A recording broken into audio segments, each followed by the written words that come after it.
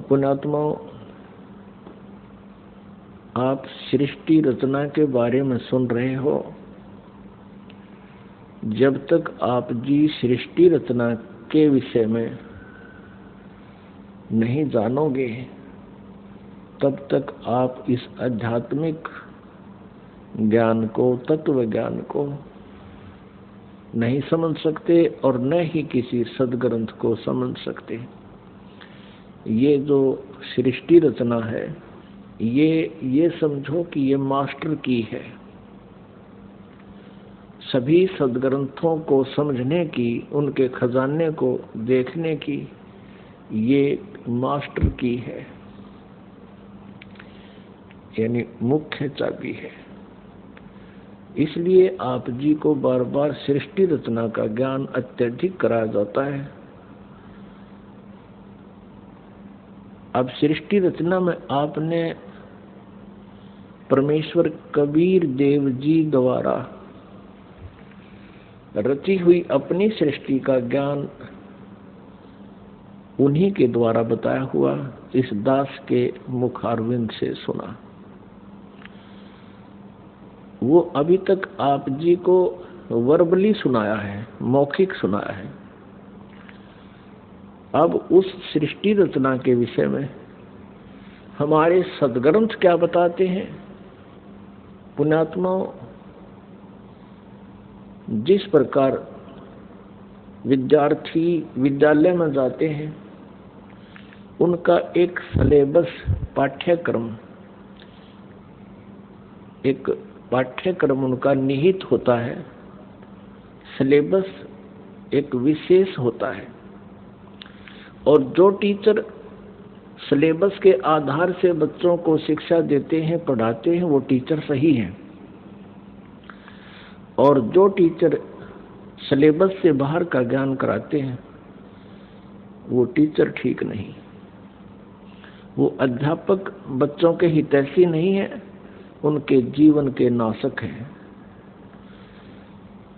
तो पुण्यात्माओं, जो सदग्रंथों के विपरीत ज्ञान, शास्त्र विरुद्ध ज्ञान जो संत बता रहे हैं और शास्त्र विधि त्याग कर मनमाना आचरण कर और करवा रहे हैं, शास्त्र विधि त्याग कर मनमानी पूजाएं कर रहे हैं, वो न तो स्वयं कोई लाभ प्राप्त कर रहे हैं मनुष्य जीवन का और न ही उनके अनुयायी। इसके लिए श्रीमद् भगवत गीता अध्याय 16 श्लोक 23 में और 24 में कहा है। 23 में कहा कि शास्त्र विधि को त्याग कर जो मनमाना आचरण करते हैं, उनको न तो कोई सुख होता है और न ही उनकी कोई गति होती है और न ही सिद्धि को प्राप्त होती है, अर्थात व्यर्थ। श्लोक 24 में कहा कि इससे तेरे लिए अर्जुन कर्तव्य और अकर्तव्य की व्यवस्था में शास्त्र ही प्रमाण है। कर्तव्य माने जो शास्त्र अनुकूल साधनाएं हैं, जो साधनाएं आपने करनी चाहिए, और अकर्तव्य जो ना करने योग्य हैं, वो सदग्रंथों से ही जाना जाता है। कोई अपनी लोकवेद दंत कथा सुनाता है, उसको हमने स्वीकार नहीं करना चाहिए। तो अभी तक जो ब्रह्मा जी, विष्णु जी, शिव जी को ये कहते आए हैं, ये पवित्र हिंदू धर्म के ये शास्त्र विरुद्ध ज्ञान देने वाले आचार्य, गुरु, ऋषि, महर्षि, ये कहते आए हैं कि ब्रह्मा जी, विष्णु जी, शिव जी ये अजर अमर है, इनके कोई माता पिता नहीं है और ये सभी ब्रह्मांडों के रचनहार यही है। तो वो टीचर ठीक नहीं, वो शास्त्र विधि त्याग के लोकवेद सुना रहे हैं। लोकवेद क्या होता है? सुना सुनाया ज्ञान जो कहीं प्रमाणित ना हो। अभी आपको दिखाते हैं श्रीमद् देवी भागवत। वो श्री ब्रह्मा, श्री विष्णु, श्री शिव जी के विषय में क्या जानकारी देते हैं। आप जी ने ये देखिएगा, श्रीमद् देवी भागवत सचित्र मोटा टाइप, केवल हिंदी, गीता प्रेस गोरखपुर से प्रकाशित है। इसके कौन है संपादक? हनुमान प्रसाद पोदार, चिमनलाल गोस्वामी। प्रकाशक एवं मुद्रक हैं गीता प्रेस गोरखपुर, गोविंद मोहन कार्यालय, कोलकाता का संस्थान। तीसरे स्कंद में 123 पृष्ठ पे है। तीसरा स्कंद। भगवान विष्णु जी अपनी माता दुर्गा की स्तुति कर रहे हैं। क्या कह रहे हैं? तुम शुद्ध स्वरूपा हो, यह सारा संसार तुम ही से उद्भासित हो रहा है। मैं, ब्रह्मा और शंकर, विष्णु जी करें, हम सभी तुम्हारी कृपा से विद्यमान हैं। हमारा आविर्भाव माने जन्म, तिरोभाव माने मृत्यु, हमारा आविर्भाव और तिरोभाव हुआ करता है। केवल तुम ही नित्य हो, जगत जननी हो, प्रकृति और सनातनी देवी हो। ये प्रकृति शब्द याद रखना। दुर्गा को प्रकृति भी कहते हैं। आपके गीता जी में काम आओगा 14वें अध्याय के 3, 4, 5 श्लोकों में, क्योंकि ये कोड वर्ड है गीता जी। प्रकृति दुर्गा जी को कहते हैं। इसे स्पष्ट हो गया कि ब्रह्मा विष्णु महेश का जन्म और मृत्यु होता है। भगवान शंकर बोले, देवी यदि महाभाग विष्णु तुम ही से प्रकट हुए हैं तो उनके बाद उत्पन्न होने वाले ब्रह्मा भी तुम्हारे बालक हुए। फिर मैं तमोगुणी लीला करने वाला शंकर क्या तुम्हारी संतान नहीं हुआ? अर्थात मुझे भी उत्पन्न करने वाली तुम ही हो। शिवे, संपूर्ण संसार की सृष्टि करने में तुम बड़ी चतुर हो। इस संसार की सृष्टि, स्थिति और संहार में तुम्हारे गुण सदा समर्थ हैं। उन्हीं तीनों गुणों से उत्पन्न हम, रजगुण ब्रह्मा जी, सतगुण विष्णु, तमगुण शंकर, उन्हीं तीनों गुणों से उत्पन्न हम ब्रह्मा विष्णु एवं शंकर नियमानुसार कार्य में तत्पर रहते हैं। पुण्यात्मा, इस पवित्र देवी पुराण ने इन चंद पंक्तियों में स्पष्ट कर दिया कि श्री ब्रह्मा विष्णु महेश ये नासवान है, इनकी जन्म और मृत्यु होती है। दुर्गा इनकी माता है और रजगुण ब्रह्मा जी, सतगुण विष्णु, तमगुण शिव जी है। और चौथा ये कंसेप्ट क्लियर हो गया कि ये केवल नियमित कार्य ही कर सकते हैं। जिसका जैसा नियमित है, जिसका किस्मत में जो कुछ भी लिखा है उसमें ये परिवर्तन नहीं कर सकते, उनको जैसा ही दे सकते हैं। जैसा कर्म है वैसा ही उनको फल देते हैं, ऐसा इनका नियम है। और ये हमारे सदग्रंथों में लिखा हुआ है। अब आप जी को डिटेल से दिखाते हैं। इसी श्रीमद् देवी भागवत को ही पुनः दिखाते हैं पूरी डिटेल से। ये देखिएगा, ये वही श्रीमद् देवी भागवत है, गीता प्रेस गोरखपुर से प्रकाशित है। ये है श्रीमद् देवी भागवत, तीसरा स्कंद यहाँ प्रारंभ होता है। पृष्ठ 113 है, पृष्ठ 113 है।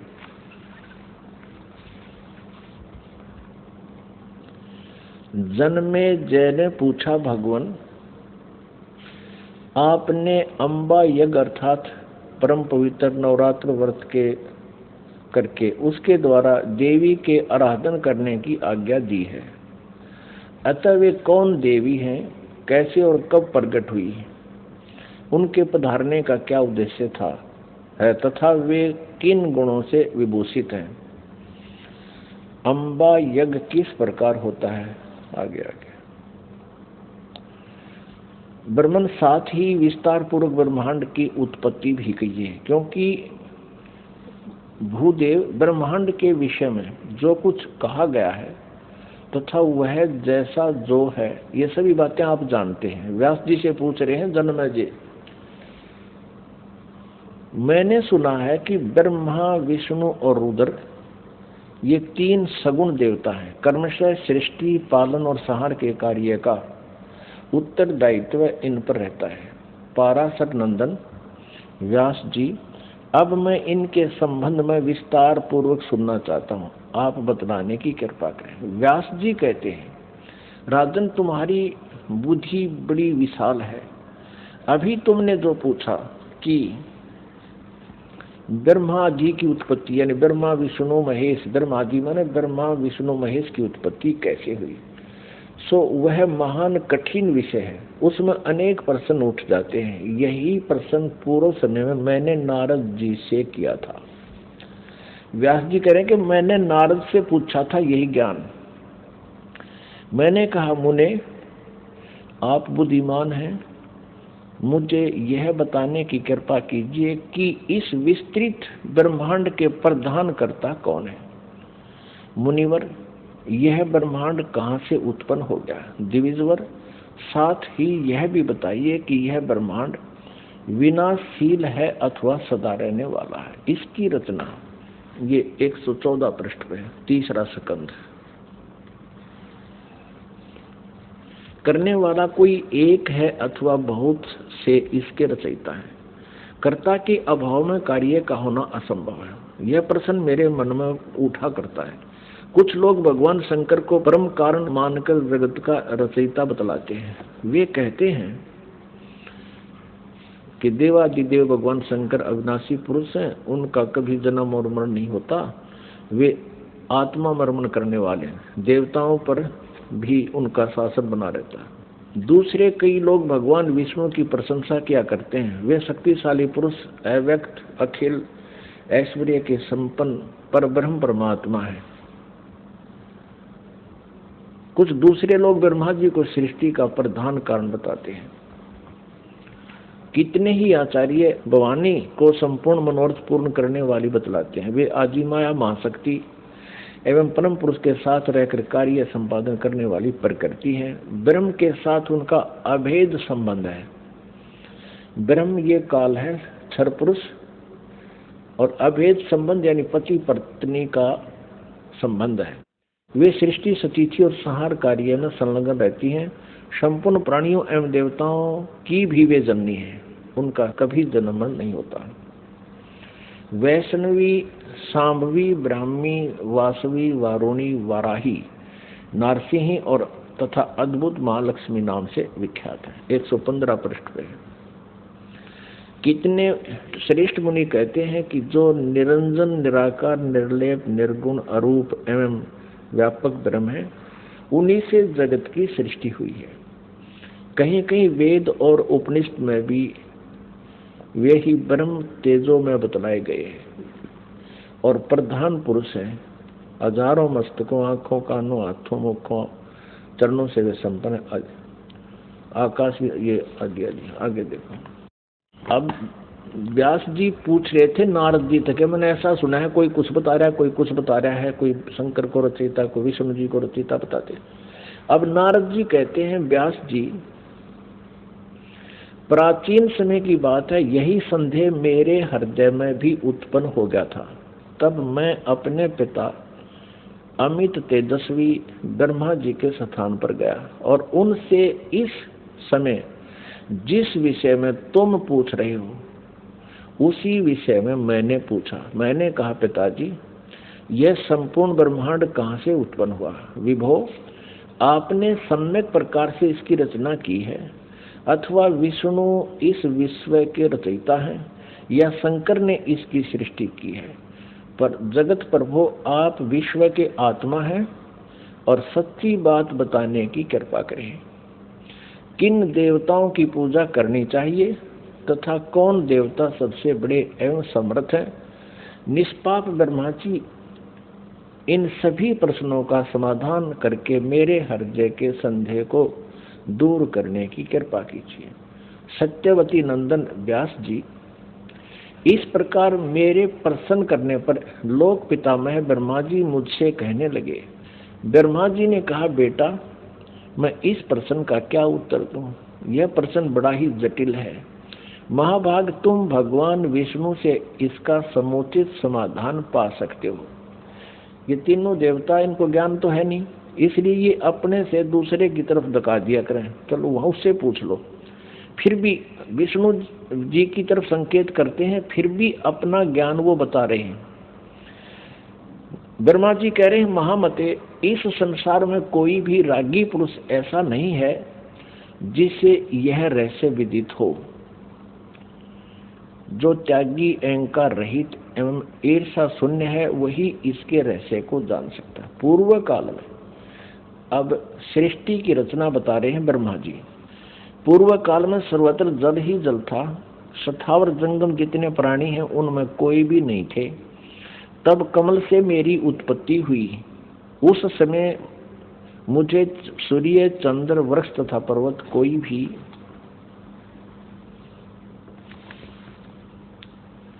116 पृष्ठ में 3रा स्कंध देवी भागवत का दिखाई नहीं पड़े। मैं कमल की कणिका पर बैठकर विचार करने लगा, इस अगाध जल में मैं कैसे उत्पन्न हो गया, कौन मेरा रक्षक है, तथा इस प्रलय काल में सृष्टि एवं संहार करने वाले कौन विशिष्ट पुरुष है।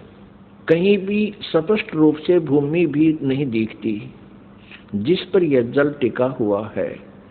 यह कमल कैसे उत्पन्न हुआ, यों विचार करके मैं जल में उतरा। ब्रह्मा जी कह रहे हैं, 1000 वर्ष तक पृथ्वी का अन्वेषण करता रहा, यानी खोज करता रहा।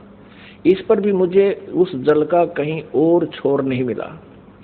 इतने में आकाशवाणी हुई, तप करो तप करो। तब मैंने तपस्या आरंभ कर दी। कमल पर बैठे ही 1000 वर्ष तक मैं तप करता रहा। फिर उसी समय सृष्टि करो, ऐसी आकाशवाणी सुनाई पड़ी।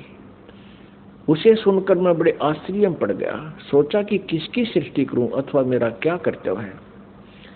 उसी समय मधु और कैटब नाम के 2 भयंकर दानव राक्षस सामने आ गए।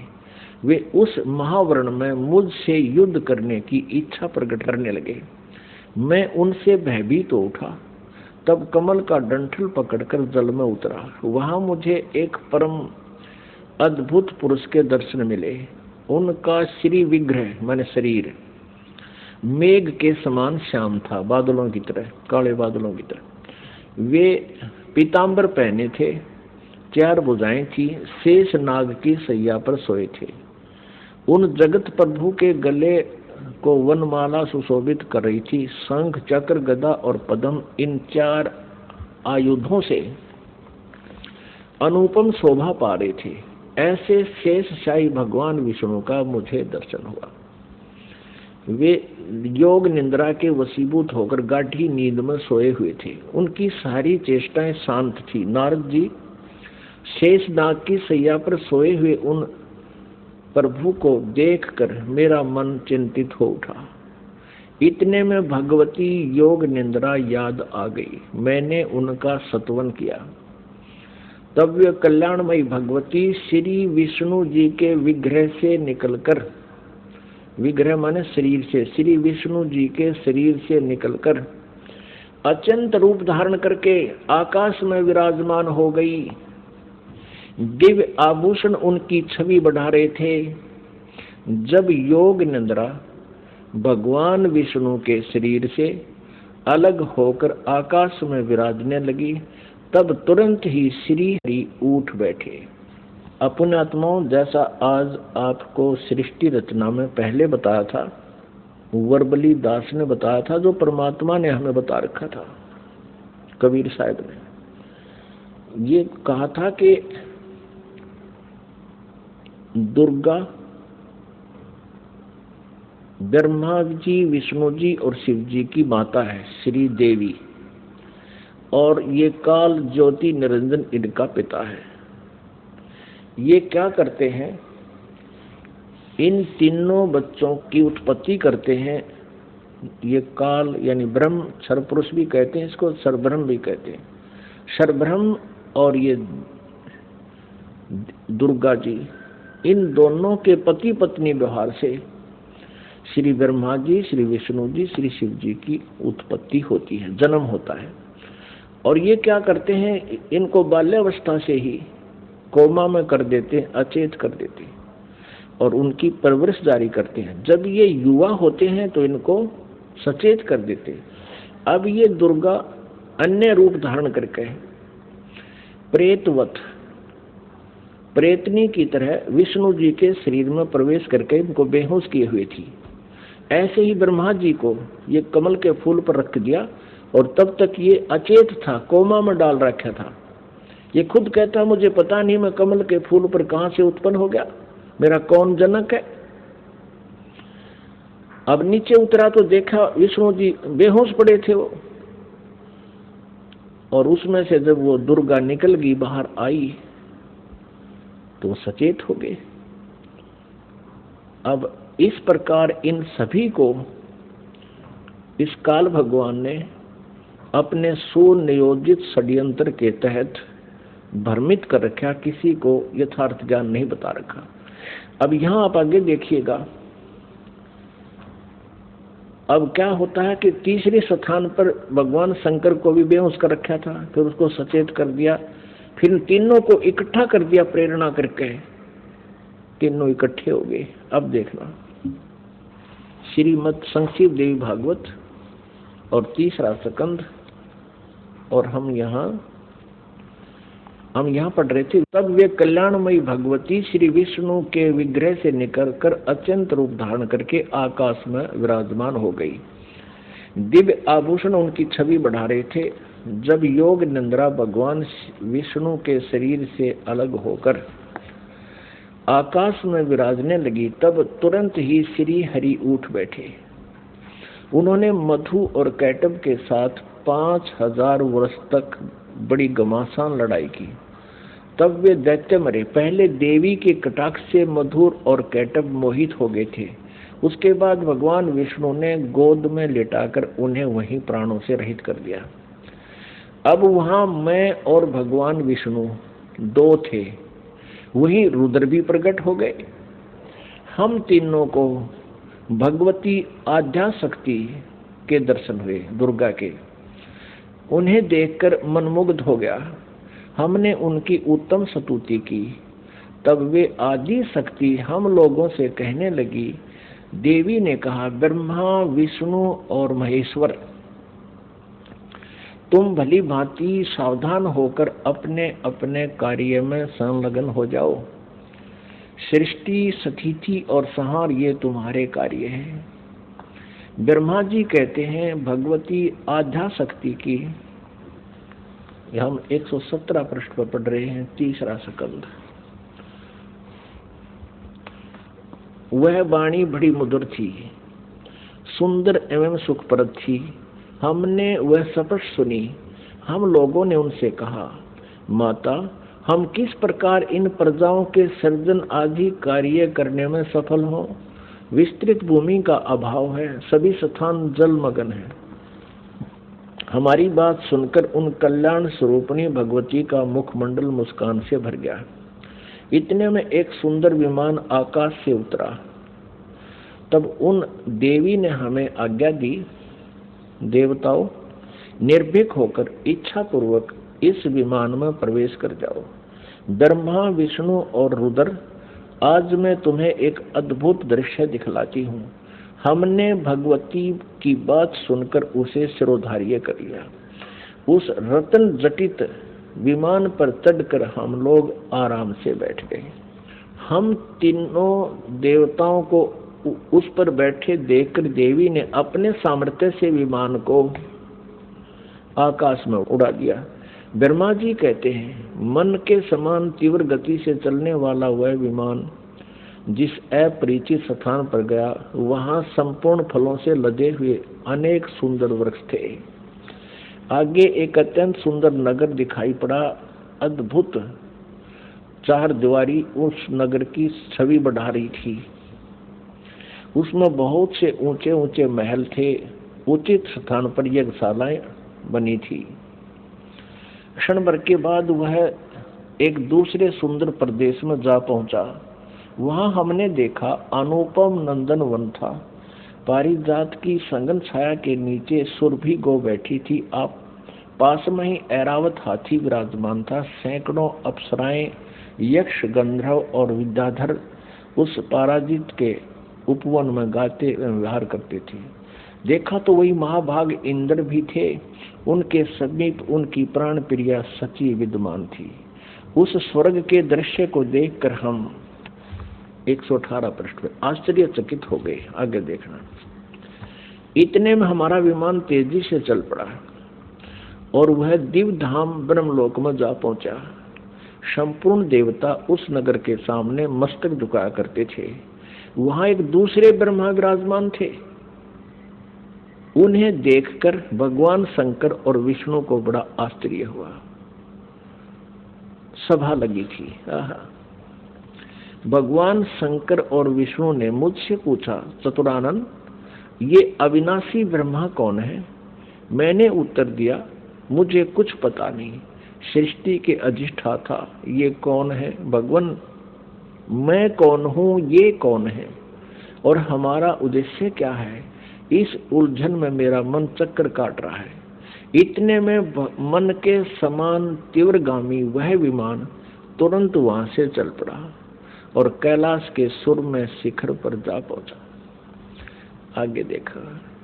वहां विमान के पहुंचते ही एक भव्य भवन से त्रिनेत्रधारी भगवान शंकर निकले। वे नंदी वृषभ पर बैठे थे। उनके 5 मुख थे, 10 भुजाएं थी। मस्तक पर चंद्रमा सुशोभित हो रहा था। क्षण भर के बाद वह विमान उस शिखर से भी पवन के समान तेज चाल से उड़ा और बैकुंठ लोक में पहुंच गया। वहां भगवती लक्ष्मी का विलास भवन था। बेटा नारद, वहां मैंने जो संपत्ति देखी उसका वर्णन करना मेरे लिए असंभव है। उस उत्तम पुरी को देखकर विष्णु का मन आश्चर्य के समुद्र में गोता खाने लगा। एक विष्णु तो विमान में बैठा है, एक ब्रह्मा बैठा है, एक शंकर बैठा है, और एक के ओर देखे तो वहां कमल लोचन श्री हरि विराजमान थे। अलसी के फूल के समान उनके श्री विग्रह की कांति थी। पीतांबर पहने थे, 4 भुजाएं थी। वे पक्षी राज गरुड़ पर विराजमान थे। दिव्य आभूषणों से उनकी अनुपम शोभा हो रही थी। प्राण प्रिया लक्ष्मी जी चंवर डुला रही थी। उन सनातन श्री हरि की झांकी पाकर हम सभी भौचक्के से रह गए। एक दूसरे को देखते हुए हम विमान में एक उत्तम आसन पर बैठे रहे। इतने में ही पवन से बातें करता हुआ वह विमान तुरंत उड़ गया। आगे अमृत के समान मीठे जल वाला समुद्र था। उसका जल बड़ा ही मधुर था। पुण्यात्माओं, परमेश्वर कबीर देव जी ने अपने द्वारा रची हुई सृष्टि की रचना का जो ज्ञान दिया है उसमें बहुत ही विस्तार से बताया है। अब ये श्री ब्रह्मा जी, विष्णु जी, शिव जी विमान में बैठे हैं। दुर्गा ने इनको आकाश में उड़ा दिया विमान को। ये जहां पहुंचे वहां ब्रह्मा जी विराजमान थे, और एक ब्रह्मा जी बैठा विमान में और एक सामने बैठा वहां उस ब्रह्मा के लोक में। और फिर वहां देखा तो ब्रह्मा जी के विष्णु और शिव जी पूछते हैं कि ये दूसरा ब्रह्मा कौन है? ब्रह्मा जी, विमान वाले ब्रह्मा जी कहते मुझे नहीं मालूम ये कौन है, हम कौन है, कहां से उत्पन्न हो गए, हमारा क्या उद्देश्य? तो ये कौन था? इस काल ने, जैसे आपको सृष्टि रचना के प्रारंभ में बताया था, इसने एक ब्रह्मांड के टॉप मोस्ट प्लेस पर, शिखर सुन में यानी चोटी पे 3 स्थान बना रखे हैं। आपको एक चित्र दिखाते हैं ब्रह्मांड का, इससे आसानी से समझ में आओगी। देखिएगा, एक ब्रह्मांड का लघु चित्र, ये देखिएगा। ये एक अंडे जैसी शेप है, इसकी अंडे जैसा आकार है। इसको एलिप्टिकल इसका जो है ना शेप है, आकार है। अब ये देखिएगा, नीचे से शुरू करते हैं। सबसे नीचे ये पाताल लोक, तलातल, रसातल, सूतल, अतल, महातल, तलातल और वितल। तो ये है पृथ्वी लोक। ये शिव का लोक, शिवपुरी जिसे कहते हैं। ब्रह्मा जी का लोक ब्रह्मापुरी, विष्णु जी का लोक विष्णुपुरी। अब ये जो क्षेत्र है, और ये है कॉमन स्वर्ग और नरक, और ये है धर्मराय का लोक, यानी यहाँ का न्यायाधीश बना रखा है इस काल ने, ये जहाँ सबका अकाउंट होता है। और ये जो स्थान है ये ब्रह्मलोक है सारा। ये स्थान जो है इसको ब्रह्मलोक कहते हैं। एक ये स्वर्ग है, इसमें भी एक इंद्र हो रहता है, ये इंद्र अलग है और इसलिए इसको महा इंद्र कहा है। ये इसमें क्या कर रखा है, ये एक महास्वर्ग है, इसी में इसने एक अलग से और एक डुप्लीकेट काम कर रखा है, नकली सतलोक, नकली अलखलोक, नकली अगमलोक और नकली अनामी लोक की रचना कर रखी है। इधर ये 88,000 खेड़े हैं, इधर ये सप्तपुरी है, और इस सारे इस ब्रह्मलोक के ऊपर, ये ब्रह्मलोक है, इस ब्रह्मलोक के ऊपर इसने यहाँ 3 गुप्त स्थान बना रखे हैं। आपको बताया था कि एक ये रजोगुण प्रधान क्षेत्र है, इसमें ये काल सरपुरुष स्वयं ब्रह्मा रूप धारण करके रहता है और साथ में अपनी पत्नी दुर्गा को सावित्री रूप में रखता है। ये वहाँ यहाँ से अंतर्धान हुआ, इनके विमान से पहले ये यहाँ पहुँच गया। एक ये तमोगुण प्रधान क्षेत्र है, इसमें ये स्वयं महाविष्णु महाशिव रूप में रहता है और दुर्गा को अपने यानी उमा रूप में रखता है। और फिर ये एक सतोगुण प्रधान क्षेत्र है, आगे फिर ये स्वयं ही विष्णु रूप धारण करके वहाँ विराजमान हो जाता है और दुर्गा को महालक्ष्मी रूप में रखता है। अब जब इनका विमान वहाँ पहुँचा इस रास्ते से, पहले इन्होंने देखा यहाँ इंद्र का लोक देखा, ये पहले बड़े बड़े वृक्ष और अन्य लोक देखे, फिर यहाँ से यहाँ प्रवेश हुआ, इससे आगे नहीं जा सकते ये। इनका विमान इस महा इंद्र को देखकर वापस यहाँ से आया, फिर इस रास्ते से ऊपर गया। आगे जाके इन्होंने क्या देखा, सबसे पहले ब्रह्मा का ये काल बैठा था सरपुरुष ब्रह्मा रूप में, और फिर वहां से ये इनका विमान यहाँ आ गया। इस वहां इन्होंने एक शंकर जी और देखा, ये काल था, स्वयं सरपुरुष ने अपना अलग से वहां 3 रूप धारण किए, और फिर ये विष्णु लोक में आ गए। वहाँ एक विष्णु और था और लक्ष्मी जी बैठी थी। यह दुर्गा इस विष्णु रूपी काल के ऊपर, सरपुरुष के ऊपर चमक कर रही थी। यहाँ से फिर इनका विमान यहाँ आया, इस मीठे जल के समुद्र में। यहाँ दुर्गा का एक लोक अलग से है। अब आगे पढ़ते, यहाँ तक हम पढ़ते हुए आ चुके हैं श्री देवी पुराण को। अब हम यहाँ आएंगे इस मीठे जल में, इस मीठे जल के समुद्र में पहुंच गए। अब यहाँ आते हैं पुण्यात्माओं, आज हमारे सदग्रंथ जो प्रमाणित कर रहे हैं, ये ज्ञान परमेश्वर कबीर जी ने 600 वर्ष पहले अपनी सच्चिदानंद घन ब्रह्म की वाणी में, कबीर वाणी में लिपिबद्ध करवा रखा है, आज से 600 वर्ष पहले। और आज इन सदग्रंथों में हमें सत्य हो रहा है। तो इससे सिद्ध है कि पूर्ण परमात्मा कबीर जी हैं, जिन्होंने पहले ही ये ज्ञान हमें दे रखा था और हमारे सदग्रंथों में विद्यमान है। अब हम कहाँ तक पढ़ते हुए आगे कि इन तीनों ये विमान में बैठे हैं, ब्रह्मा विष्णु शिव जी, और दुर्गा ने अपनी शक्ति से विमान को आकाश में उड़ा दिया। पहले वो पहुंचे ब्रह्मा जी के लोक में, वह इस काल के उस स्थान पर पहुंचे जो रजोगुण प्रधान है। वहां ये स्वयं ही सरपुरुष यानी काल ब्रह्म स्वयं ही ब्रह्मा रूप धारण करके विराजमान था। आगे फिर गए तो इस शंकर रूप में विराजमान था, आगे गए तो ये विष्णु रूप में विराजमान था। फिर वहां से इनका विमान कहाँ गया, ये सारा इसलिए किया गया था कि कहीं ये अपने आप को भगवान ना मान बैठे, इनका भ्रम निवारण कर दें। अब देखना, ये देवी भागवत चल रहा है, श्रीमद् देवी भागवत गीता प्रेस गोरखपुर से प्रकाशित है। ये वही पुस्तक है जो आपको पहले दिखाई थी। हमने यहाँ तक पढ़ लिया हमने ये पढ़ा 118 पे। इतने में हमारा विमान तेजी से चल पड़ा और एक दिव्य धाम ब्रह्मलोक में जा पहुंचा। वहां पर एक दूसरे ब्रह्मा विराजमान थे। एक तो विमान में बैठा है, एक वहां विराजमान था दूसरा। वो ब्रह्म था, क्षर पुरुष था, वो धोखा देता है इनको। वो स्वयं ब्रह्मा रूप में वहां विराजमान था।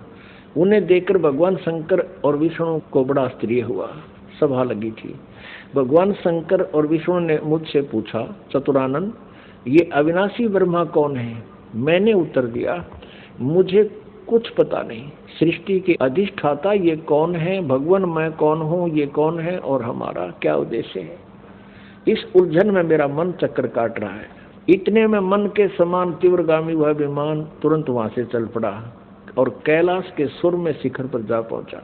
वहां विमान के पहुंचते ही एक भव्य भवन से त्रिनेत्रधारी भगवान शंकर निकले। वे नंदी वृषभ पर बैठे थे। ये काल निकला वहां से, सरपुरुष। और फिर वहां से क्षण भर के बाद वह विमान उस शिखर से भी पवन के समान तेज चाल से उड़ा और वैकुंठ लोक में पहुंच गया। वहां पर कौन थे? वहां कमल लोचन श्री हरि विराजमान थे। विष्णु जी एक और यो काल बैठा था, सरब्रह्म सरपुरुष, और उसकी 4 भुजाएं थी। पक्षीराज गरुड़ पर विराजमान थे और प्राण प्रिय लक्ष्मी जी चौंध डुला रही थी। अब हम यहाँ आते हैं, नीचे देखते हैं। इतने में पवन से बातें करता हुआ वह विमान तुरंत उड़ गया। आगे अमृत के समान मीठे जल वाला समुद्र था, जिसका जल बड़ा ही मधुर था। हम 119 पृष्ठ पर पढ़ेंगे। अब 118 हमने पढ़ लिया। उस समुद्र में वहां एक मनोहर द्वीप था। उस द्वीप में एक मंगल में मनोहर पलंग बिछा था। उस पलंग में सुंदर रत्न जड़े थे। उस उत्तम पलंग पर एक दिव्य रमणी बैठी थी, या दुर्गा जाकर वहां विराजमान होगी आगे। वे ऐसी प्रभावपूर्ण देवी थी मानो करोड़ों बिजलियां एक साथ चमक रही हो। अत्यंत सुंदर मुख था, लाल लाल दांत थे, करोड़ों लक्ष्मियों से भी अधिक वह सुंदर थी। वे ऐसी प्रभावपूर्ण देवी थी मानो करोड़ों बिजलियां एक साथ चमक रही हो। अत्यंत सुंदर मुख था, लाल लाल दांत थे। ये पढ़ लिया। अब यहाँ है, उन्हें देखकर हम सभी महान आश्चर्य में पड़ गए। कुछ समय तक हम वहीं ठहरे रहे। आपस में कहने लगे, ये सुंदरी कौन है और इसका क्या नाम है? हम इसके विषय में बिल्कुल अनभिज्ञ हैं। इसके हजारों नेत्र, हजारों हाथ, हजारों मुख हैं। दूर से देखने पर ही वे कितनी सुंदर प्रतीत हो रही हैं। ये न कोई अप्सरा है, न कोई गंधर्व कन्या और न देव कन्या। नारद, यों संदेहग्रस्त होकर हम लोग वहां रुके रहे। तब भगवान विष्णु ने उन चारों साहिनी भगवती को देखकर विवेक पूर्वक निश्चय कर लिया कि ये भगवती जगदम्बिका हैं। तब उन्होंने कहा कि ये भगवती हम सब की आजी कारण है। महाविद्या और माँ माया इनके नाम है। ये पूर्ण प्रकृति है। अपने आत्माओं, विष्णु जी कह रहे हैं, क्योंकि विष्णु जी की बुद्धि खोल दी काल ने। अब हम 120 पृष्ठ पर पढ़ेंगे। संस्कृत देवी भागवत गीता प्रेस गोरखपुर से प्रकाशित है। ये वे ही दिवांगना है। विष्णु जी बता रहे हैं अपना पिछले इसकी थोड़ी सी बैकग्राउंड दिखा दी विष्णु को, इस काल भगवान ने और दुर्गा ने। ये वे ही दिवांगना है जिनके प्रलय वर्ण में मुझे दर्शन हुए थे। उस समय मैं बालक रूप में था। मुझे पालने पर ये झुला रही थी। विष्णु जी के जन्म का प्रत्यक्ष प्रमाण छोटा सा बालक था विष्णु जी। वट वृक्ष के पत्थर पर एक सुदृढ़ सैया बिछी थी। उस पर लेटकर मैं पैर के अंगूठे को अपने कमल जैसे मुख में लेकर चूस रहा था। कहते प्रलय वर्ण में मुझे दर्शन हुए थे इस देवी के। उस समय मैं बालक रूप में था, छोटा सा बच्चा था, ये मुझे झुला रही थी, मैं अंगूठे चूस रहा था पैरों के।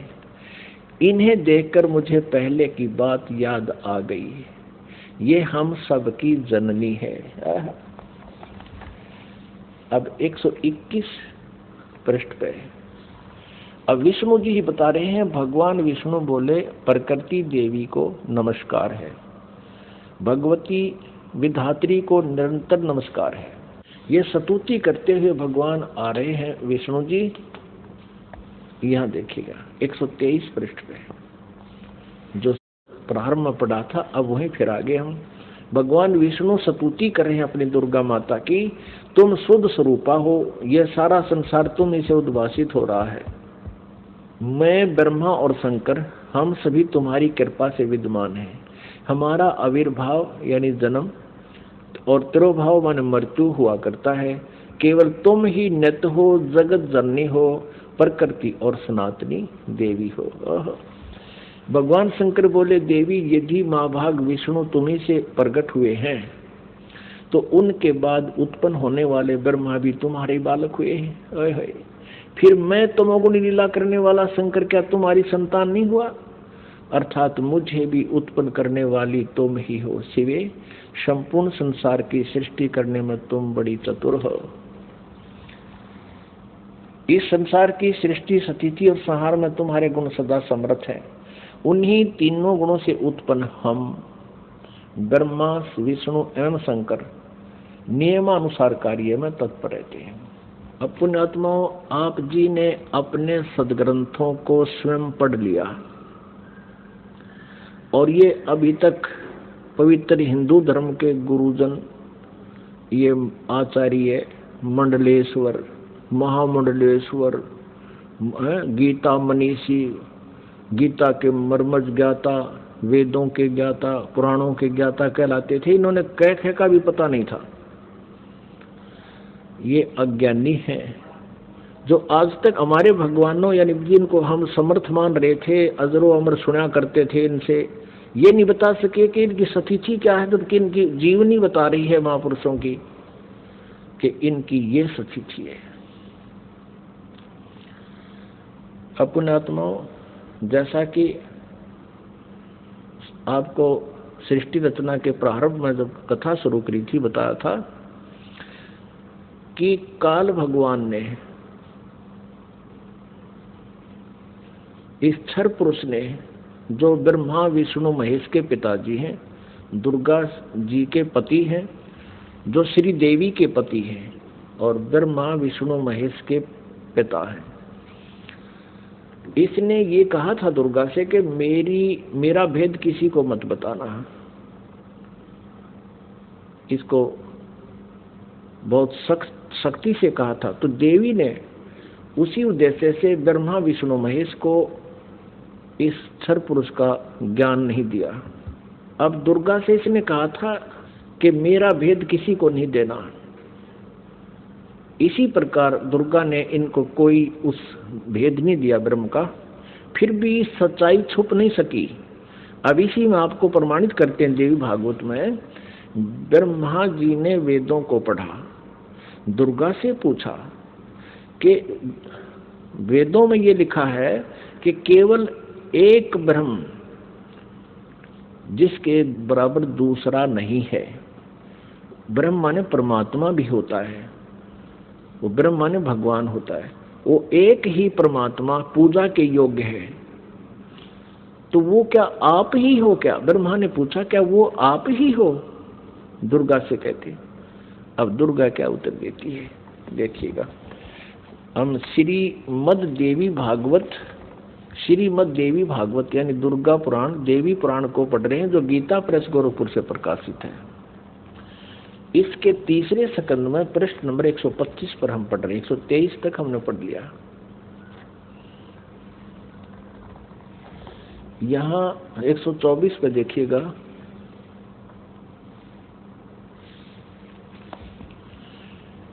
ब्रह्मा जी कहते हैं, अद्भुत तेजस्वी भगवान शंकर के यों स्तुति करने पर भगवती जगदम्बिका ने अपने बात बताई।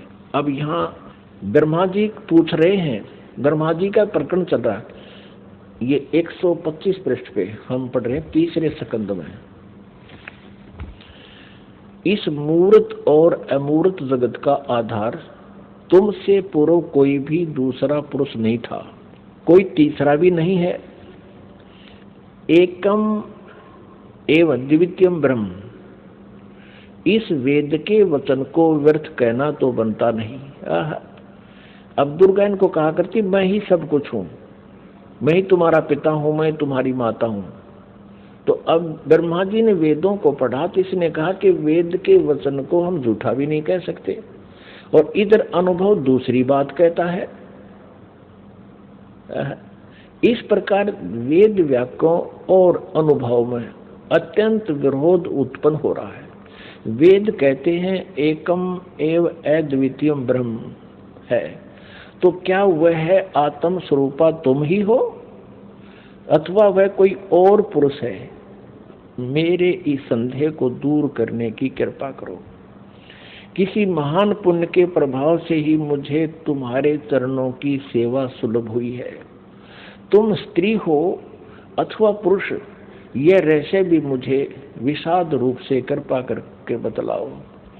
अध्याय 4-5 यहाँ पूरा होगा, तीसरे स्कंद का अब छठा अध्याय शुरू होता है। ब्रह्मा जी कहते हैं, इस प्रकार मैंने जब भगवती जगदम्बिका से विनय पूर्वक पूछा, तब वे मधुर वाणी में मुझसे कहने लगी। देवी ने कहा, मैं और ब्रह्म एक ही हैं। अब हो गए ना दो, सच्चाई छुप नहीं सकती, एक ही है। मुझ में और इन ब्रह्म में कभी किंचित मात्र भी भेद नहीं है। जो वे हैं वही मैं हूं, और जो मैं हूं वही वे हैं। बुद्धि के भ्रम से भेद प्रतीत हो रहा है।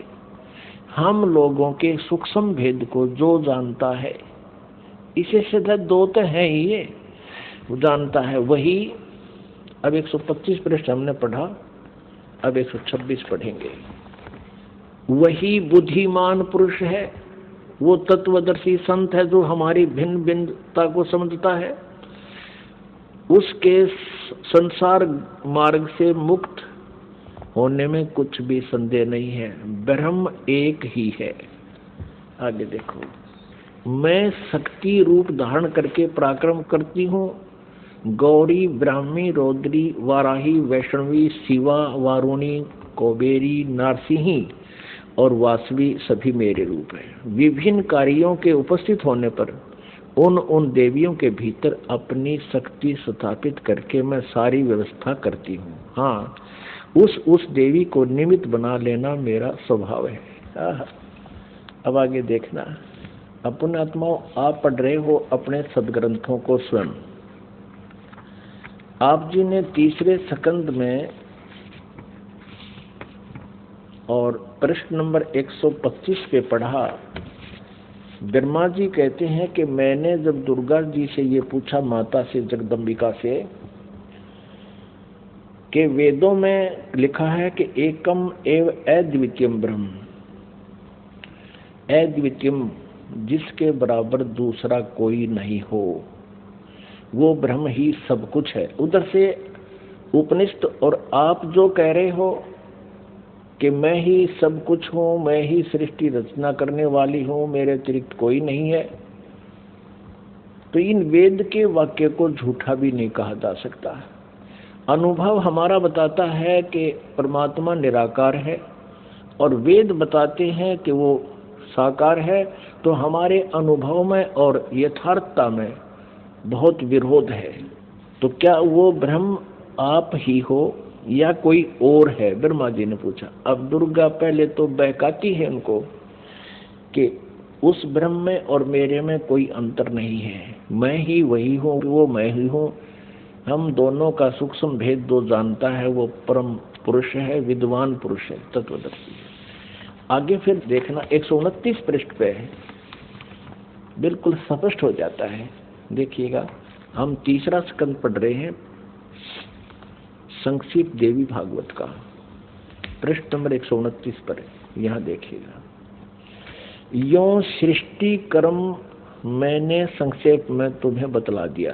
यह देवी कह रही है, दुर्गा बता रही है। यहाँ देवी का प्रवचन चल रहा है, देवी ने कहा, ये देवी बता रही है। यो 129 पृष्ठ पे, यो सृष्टि क्रम मैंने संक्षेप में तुम्हें बतला दिया। महानुभाव देवताओं, ब्रह्मा विष्णु और शिव को दुर्गा कह रही है, अब मेरा कार्य सिद्ध करने के लिए विमान पर बैठकर तुम लोग शीघ्र पधारो जाओ। कोई कठिन कार्य उपस्थित होने पर जब तुम मुझे स्मरण करोगे तब मैं सामने आ जाऊंगी। देवताओं, मेरा और सनातन परमात्मा का ध्यान तुम्हें सदा करते रहना चाहिए। अब यहाँ ये दो हो गए। तब तो कह रही थी मैं ही सब कुछ हूं, और अब ये कह रही है दो, मेरा और ये दुर्गा ब्रह्म को ही सनातन परमात्मा बता रही है।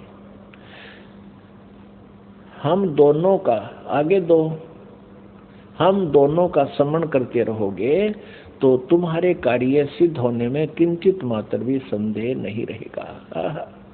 ब्रह्मा जी कहते हैं, इस प्रकार कहकर भगवती जगदम्बिका ने हमें विदा कर दिया।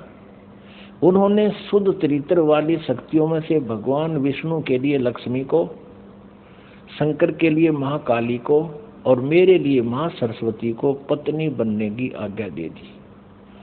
अब उस स्थान से हम चल पड़े और दूसरे स्थानों पर हम तीनों की पुरुष रूप से प्रतिष्ठा हुई। आप जी को इस दास ने परमेश्वर कबीर जी द्वारा रची हुई सृष्टि और ये सारे ब्रह्मांडों की रचना कब कब कैसे हुई वो सारी बताई थी। इस दास ने आपको मौखिक सुनाया था, वर्बली सुनाई थी। और आज इन सदग्रंथों ने, हमारे शास्त्रों ने प्रमाणित कर दिया कि जो 600 वर्ष पहले परमेश्वर कबीर जी ने हमें ज्ञान दिया था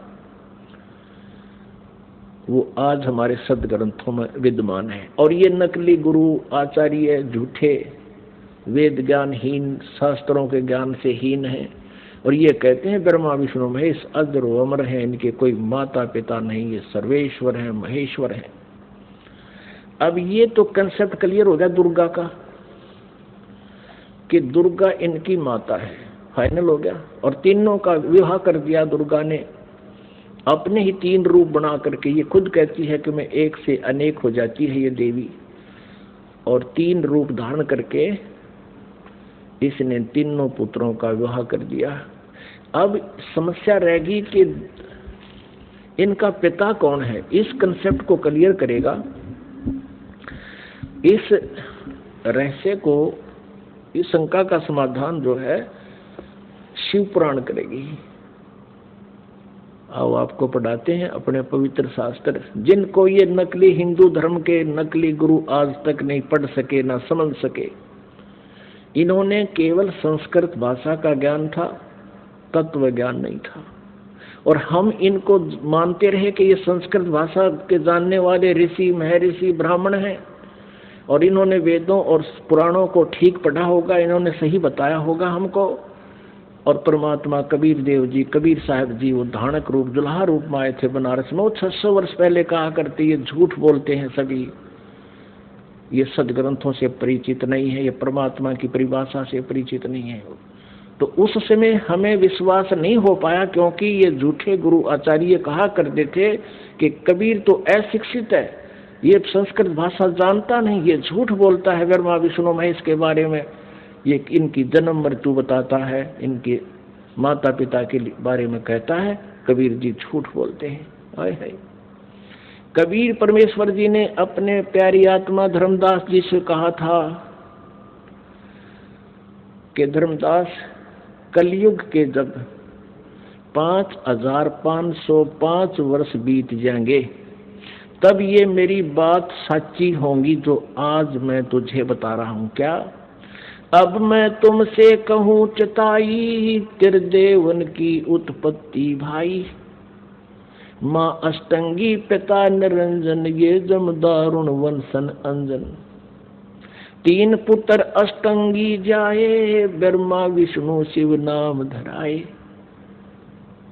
जो आज मैं तुझे बता रहा हूं कि ये ब्रह्मा विष्णु महेश की माता दुर्गा है और पिता ज्योति निरंजन है, ये काल क्षर पुरुष है। ये मेरा जो वचन है आज से 5505 वर्ष के बाद जब कलयुग बीत जाएगा तब ये सच्चा होगा। अब आज जो है कलयुग का आज ये वो समय आ गया है। 5500 जो बनता है वो सन 2000 में बनता है, ईसा पूर्व ईस्वी में। आपको प्रमाण देते हैं थोड़ा, आप जी को ये कंसेप्ट क्लियर करते हैं कि वर्तमान में कलयुग का 5500 वर्ष चल रहे हैं। 5511 चल रहा है ये समझ लो आज। और इससे 5 वर्ष पहले सन 2000 में 5505 वर्ष हो जाते हैं। आपको प्रमाणित करते हैं, ये देखिएगा। एक ये हिमालय तीर्थ है, ये पुस्तक का नाम है हिमालय तीर्थ, और ये शंकराचार्य वालों की परंपरा से प्रकाशित है। हिमालय तीर्थ जेपी नंबूरी उप मुख्य कार्यकारी अधिकारी, श्री बद्रीनाथ केदारनाथ मंदिर समिति, ट्रैक्स एंड ट्रुक्स, कलकत्ता, इतने से। ये पहला प्रकाशन 2009 में हुआ है। प्रकाशक है रंजू चक्रवर्ती, ये ऐसा मुद्रक है गिरी प्रिंट सर्विस, कलकत्ता। अब इसके पृष्ठ नंबर 42 पर आपको दिखाते हैं। पृष्ठ नंबर 42 पुस्तक है हिमालय तीर्थ, और यहाँ देखना शंकराचार्य का विवरण है। आदि केदारेश्वर के समक्ष शंकराचार्य जी की दिव्य संगमरमर की मूर्ति है। शिव रहस्य के अनुसार एक पुस्तक है शिव रहस्य, उसका इस संस्कृत में लिखा है। त्रिसहस्र वर्षाणाम शंकरो यति, अर्थात कलयुग के 3000 वर्ष व्यतीत होने पर बौद्ध मीमांसकों को के मत पर विजय प्राप्ति के लिए शंकर यति के रूप में आविर्भूत होंगे। यानी शंकर भगवान ही आदि शंकराचार्य के रूप में कलयुग के 3000 वर्ष व्यतीत होने पर बौद्ध मीमांसकों के मत पर विजय प्राप्ति के लिए शंकर यति के रूप में आविर्भूत होंगे। शंकराचार्य के दर्शन के उपरांत भी आगे लिखा है। अब हम दूसरा आपको दिखाते हैं।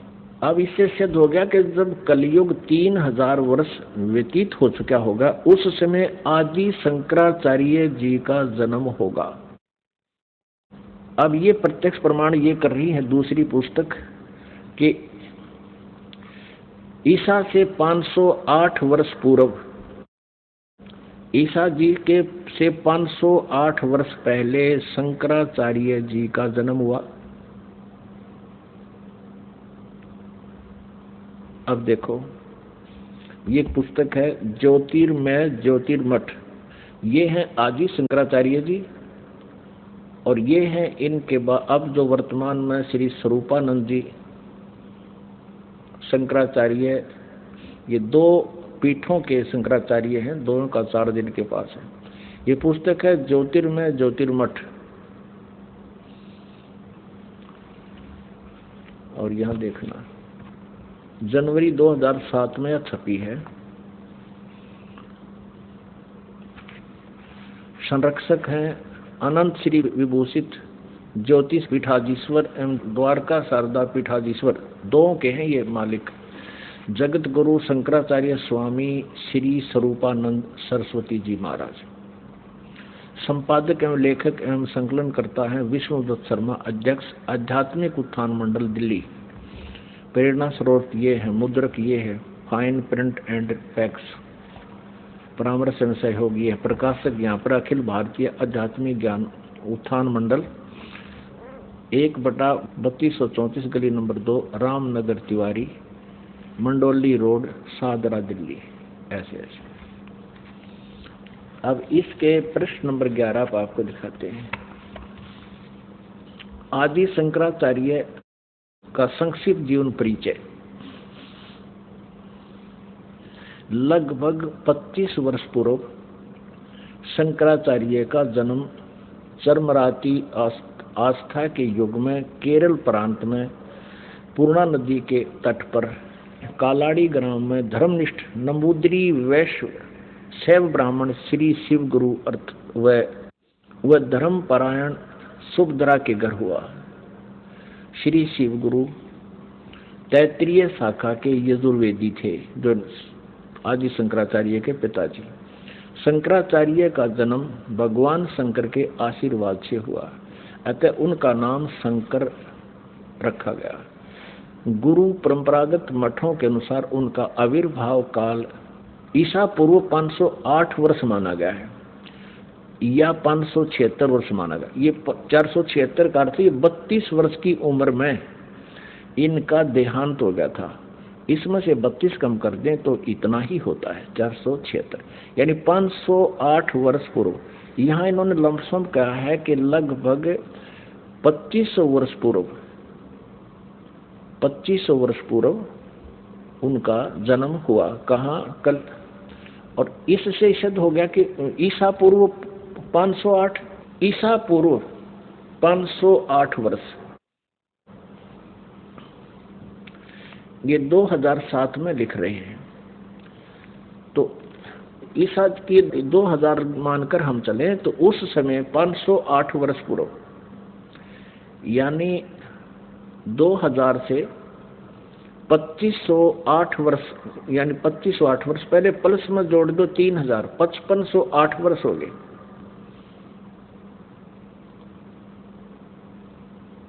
और 1994 से इस दास ने ये नामदान की आज्ञा हुई।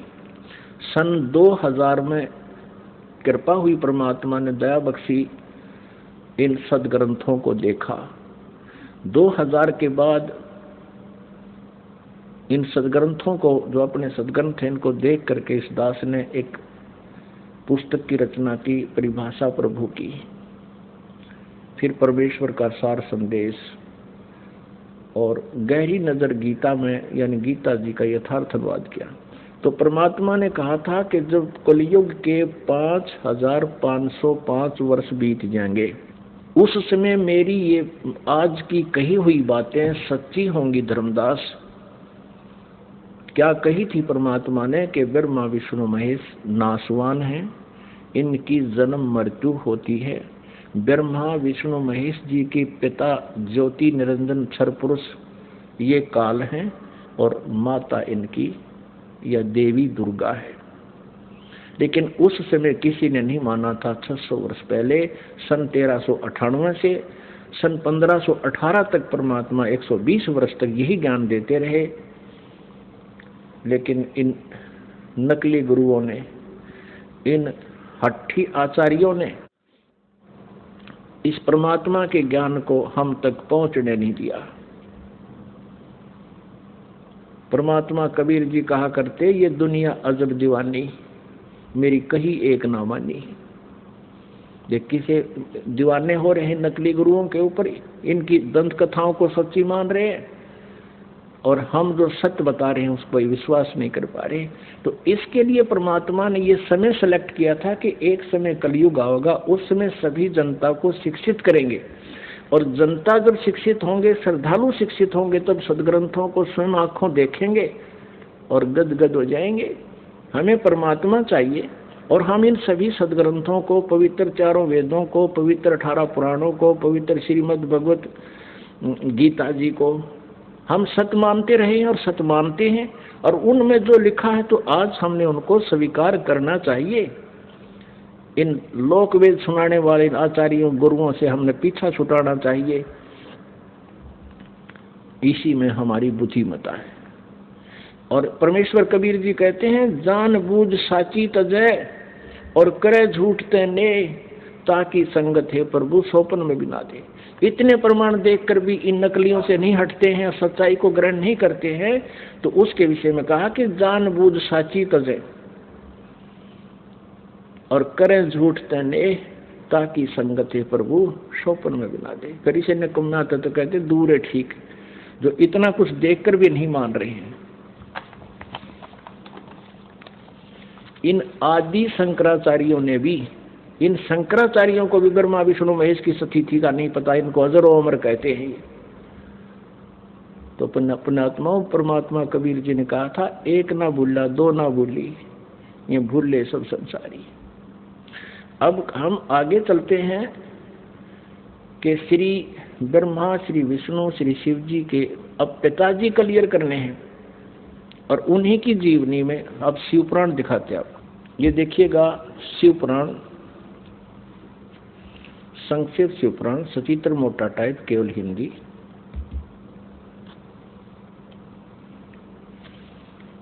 गीता प्रेस गोरखपुर से प्रकाशित है। संक्षिप्त शिव पुराण सचित्र मोटा टाइप केवल हिंदी, संपादक हनुमान प्रसाद पोदार।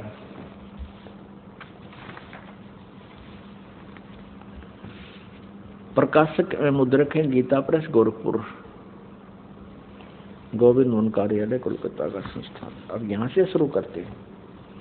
ये रुद्र संहिता 98वां पृष्ठ शुरू करेंगे हम। संक्षिप्त शिव पुराण, ये रुद्र संहिता का 5वां अध्याय यहां समाप्त होता है। अपने पुत्र नारद की यह बात सुनकर लोक पितामह ब्रह्मा वहां इस प्रकार बोले। अब रुद्र संहिता का 6वां अध्याय हम पढ़ेंगे।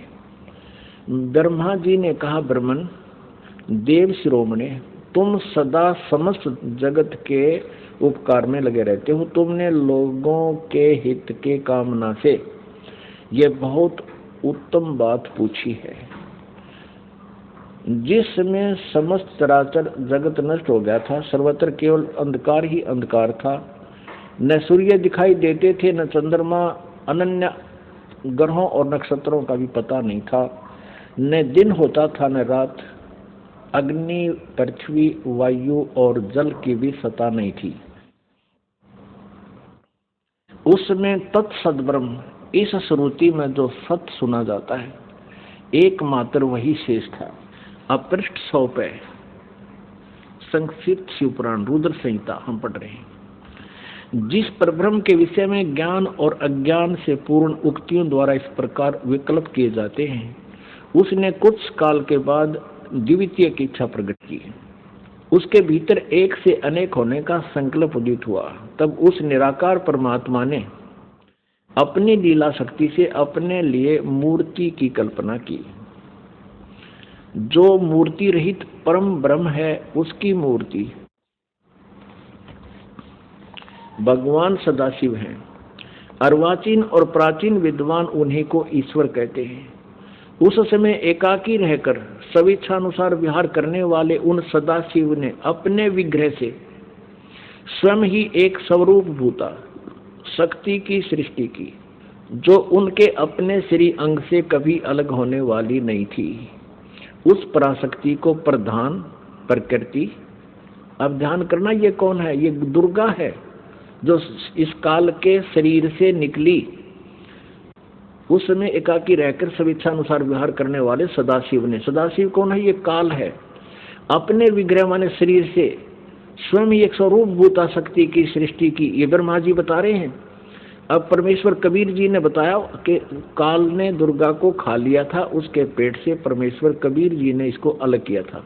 यहाँ इनकी मिलती जुलती सी बात है, क्योंकि कबीर परमेश्वर जी ने ब्रह्मा जी को ये ज्ञान सुनाया था और ब्रह्मा जी ने कुछ अपना अनुभव, कुछ कबीर जी का ज्ञान मिला करके इसको सिरे चढ़ाया।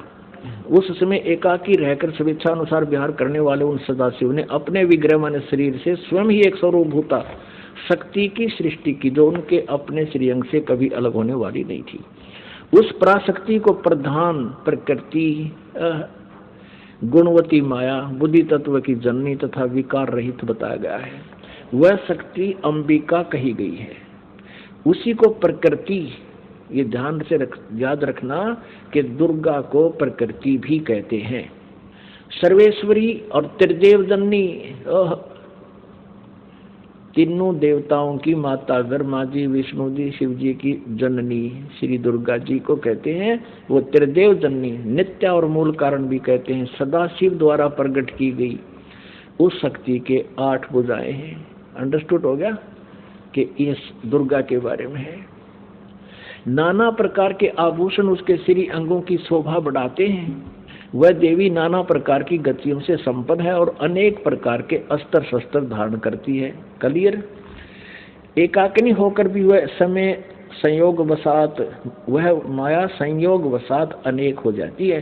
इसी ने 3 रूप धारण किए थे, सावित्री, लक्ष्मी और उमा, जो ब्रह्मा, विष्णु और शिव से विवाह किया था।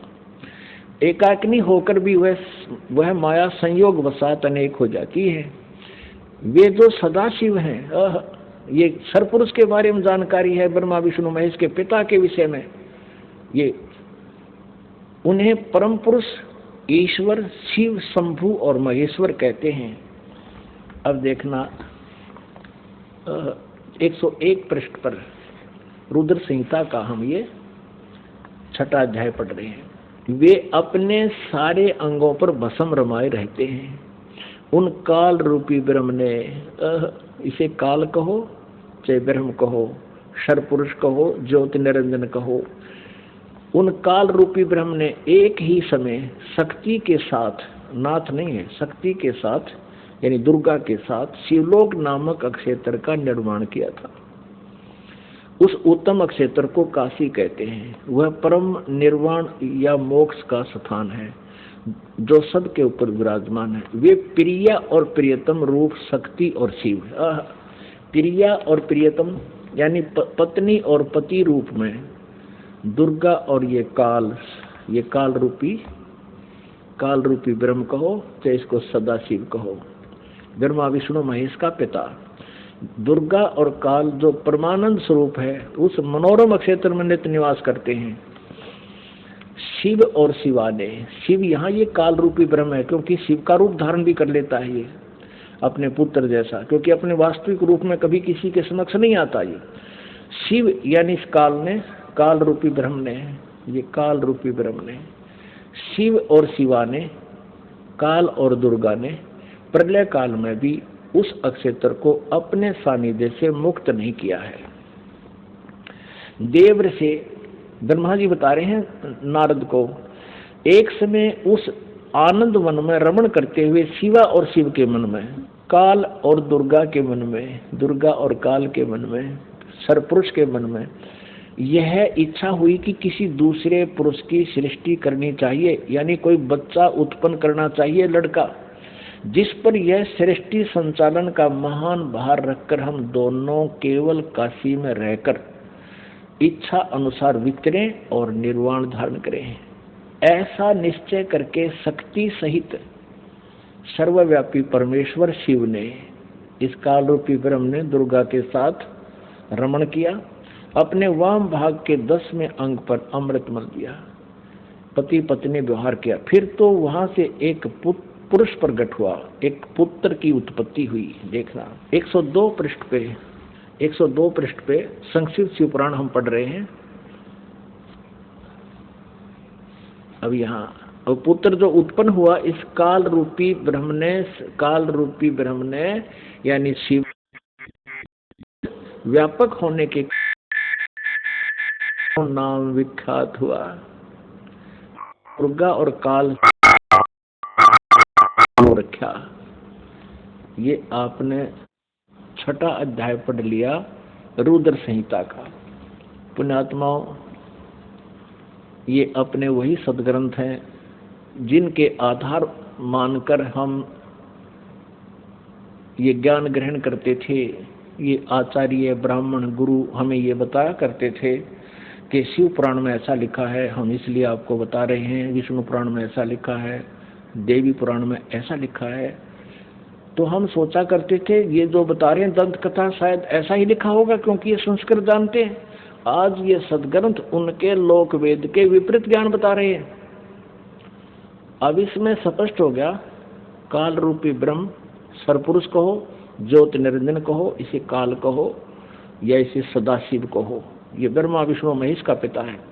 और दुर्गा कहो, प्रकृति कहो, और ये इनकी माता है। इन दोनों के संयोग से श्री विष्णु जी की उत्पत्ति हुई। ये अपनी शिव पुराण स्पष्ट कर रहे हैं। और रुद्र संहिता का 6वां अध्याय।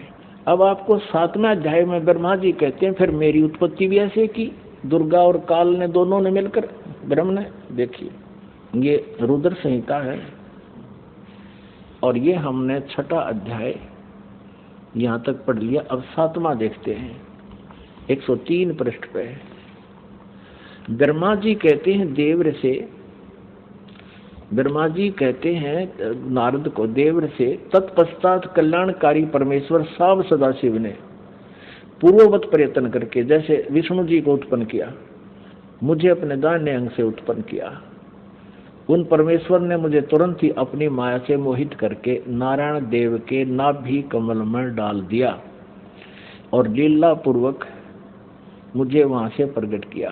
इस प्रकार उस कमल के पुत्र के रूप में मुझ हिरण्यगर्भ का जन्म हुआ। अब पुण्यात्मा यहाँ पर अनुवाद करता थोड़ा सा विचलित हो गया। अब उसने सोचा कि भाई अब शिव से शिव की उत्पत्ति कैसे लिखूं, क्योंकि अनुवाद करता भी तत्व ज्ञान से परिचित नहीं था। लेकिन कहते हैं सच्चाई छुपती नहीं, चोर चुरावे तू बड़ी गाड्डे पानी में, वो गाड्डे हुआ ऊपर आवे ना, सच्चाई छानी ना। अब देखना, इसी रुद्र संहिता हम पढ़ रहे हैं, श्री शिव पुराण में प्रमाण दिखाते हैं आपको। ये वही रुद्र संहिता चल रही है और संक्षिप्त शिव पुराण 110 पृष्ठ पे हम अब यहाँ देखेंगे 9वां अध्याय का यहाँ अंत होता है, लास्ट है।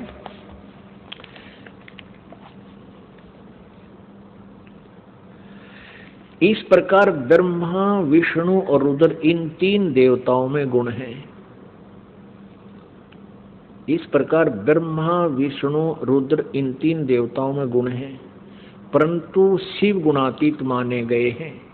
अब देखो 3 ये है, ब्रह्मा विष्णु और रुद्र, और ये काल रूपी ब्रह्म इनसे अलग है। 4 हो गए। और स्पष्ट करते हैं, एक बार श्री ब्रह्मा जी और श्री विष्णु जी का इस बात पर झगड़ा हो गया कि ब्रह्मा जी कहते हैं कि मैं सृष्टि का रचनहार हूं और विष्णु तू मेरे से उत्पन्न हुआ है, तू मेरा पुत्र है। विष्णु जी कहते हैं कि तू मेरी नाभि कमल से उत्पन्न हुआ है, तू मेरा पुत्र है। इससे इन दोनों का आपस में युद्ध हो गया।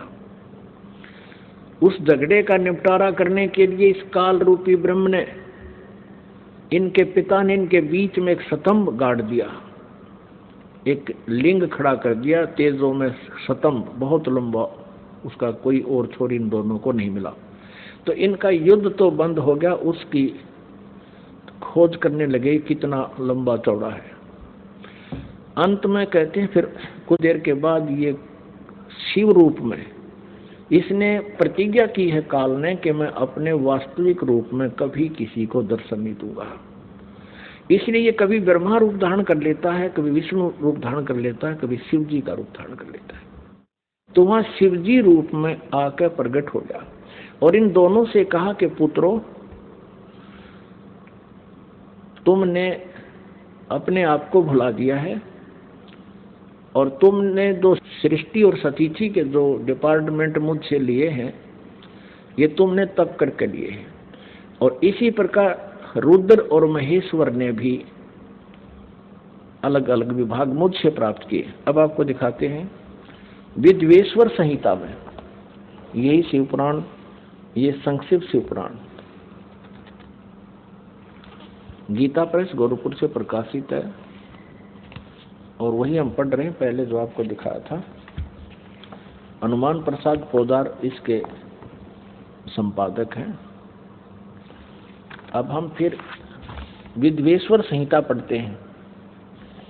ये विद्वेश्वर संहिता अब पृष्ठ नंबर 24 पे थोड़ी सी झलक दिखाएंगे। ये एक तेजों में लिंग यानी स्तंभ इनके बीच में खड़ा कर दिया काल भगवान ने, ब्रह्मा जी और विष्णु जी के। फिर ये स्वयं प्रकट हो गया। ये 25 पृष्ठ पे हम पढ़ेंगे। ब्रह्मा और विष्णु ने पूछा, प्रभु सृष्टि आदि 5 कर्तों के लक्षण क्या हैं, यह हम दोनों को बताइए। भगवान शिव बोले, ये काल रूपी ब्रह्म सदाशिव इनका पिता बोला, मेरे कर्तव्यों को समझना अत्यंत गहन है, तथापि मैं कृपा पूर्वक तुम्हें उनके विषय में बता रहा हूं। ब्रह्मा और अच्युत, सृष्टि, पालन और संहार, तिरोभाव और अनुग्रह, ये 5 ही मेरे जगत संबंधी कार्य हैं जो नित्य सिद्ध हैं। अब 26 पृष्ठ पे, ये 25 पे पढ़ा, अब 26 पे। अब यहाँ आइएगा। पुत्रों, तुम दोनों ने तपस्या करके प्रसन्न हुए मुझ परमेश्वर से। ब्रह्मा और विष्णु को ये सदा शिव काल रूपी ब्रह्म कह रहा है, पुत्रों तुम दोनों ने तपस्या करके प्रसन्न हुए मुझ परमेश्वर से सृष्टि और स्थिति नामक 2 कृत प्राप्त किए, यानी 2 विभाग प्राप्त किए हैं। ये दोनों तुम्हें बहुत प्रिय हैं। इस प्रकार मेरी विभूति स्वरूप है।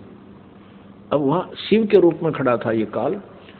मेरी विभूति स्वरूप रुद्र और महेश्वर ने 2 अन्य उत्तम कृत, ये मैं नहीं है, ने संहार और तिरोभाव मुझसे प्राप्त किए। यहाँ देखो 2 तो ये हो गए, विष्णु और ब्रह्मा।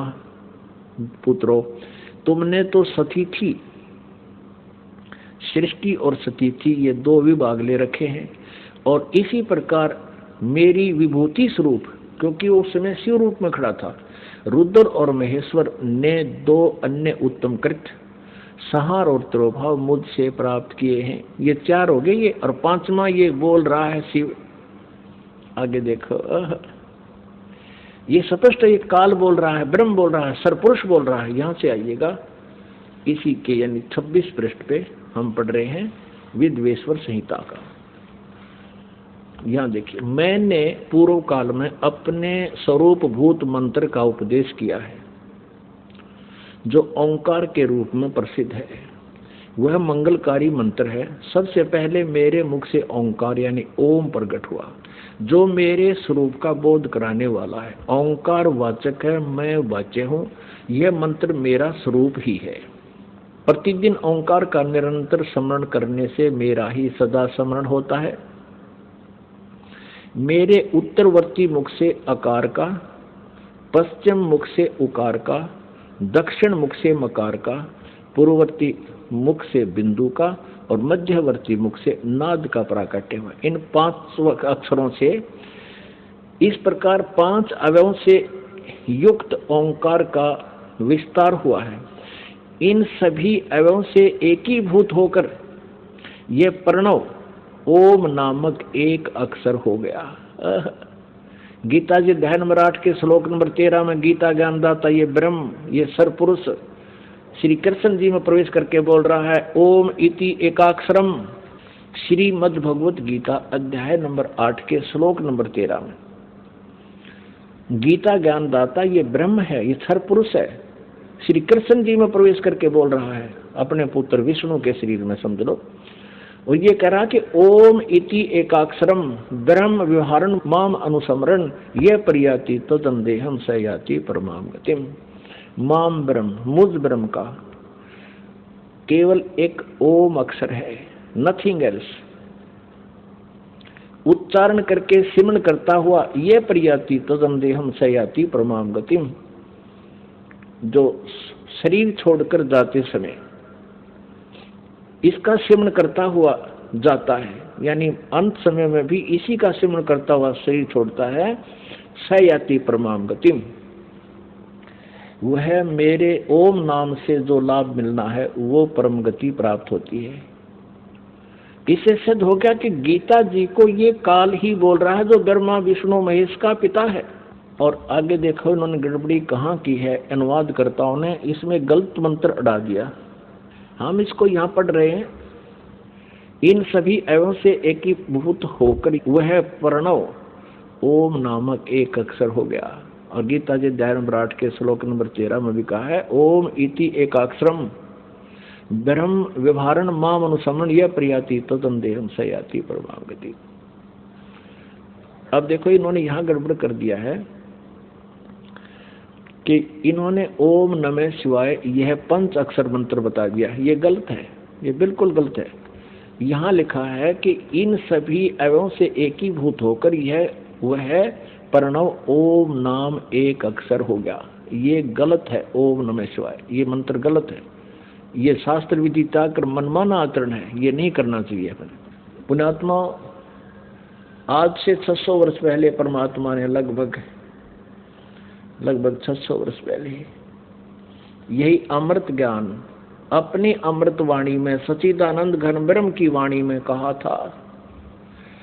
श्रीमद् भगवद गीता अध्याय नंबर 4 के श्लोक 25 से लेकर 31 तक जो भी साधनाएं जिन साधकों ने की हैं, किसी ने देवताओं की पूजा की और कोई स्वाध्याय ही करता है, कोई प्राणायाम आदि करता है और कोई तीक्ष्ण अहिंसावादी व्रत करके ही अपनी साधना करता है, जैसे मुंह पर पट्टी बांध कर नंगे पैरों घूमता है।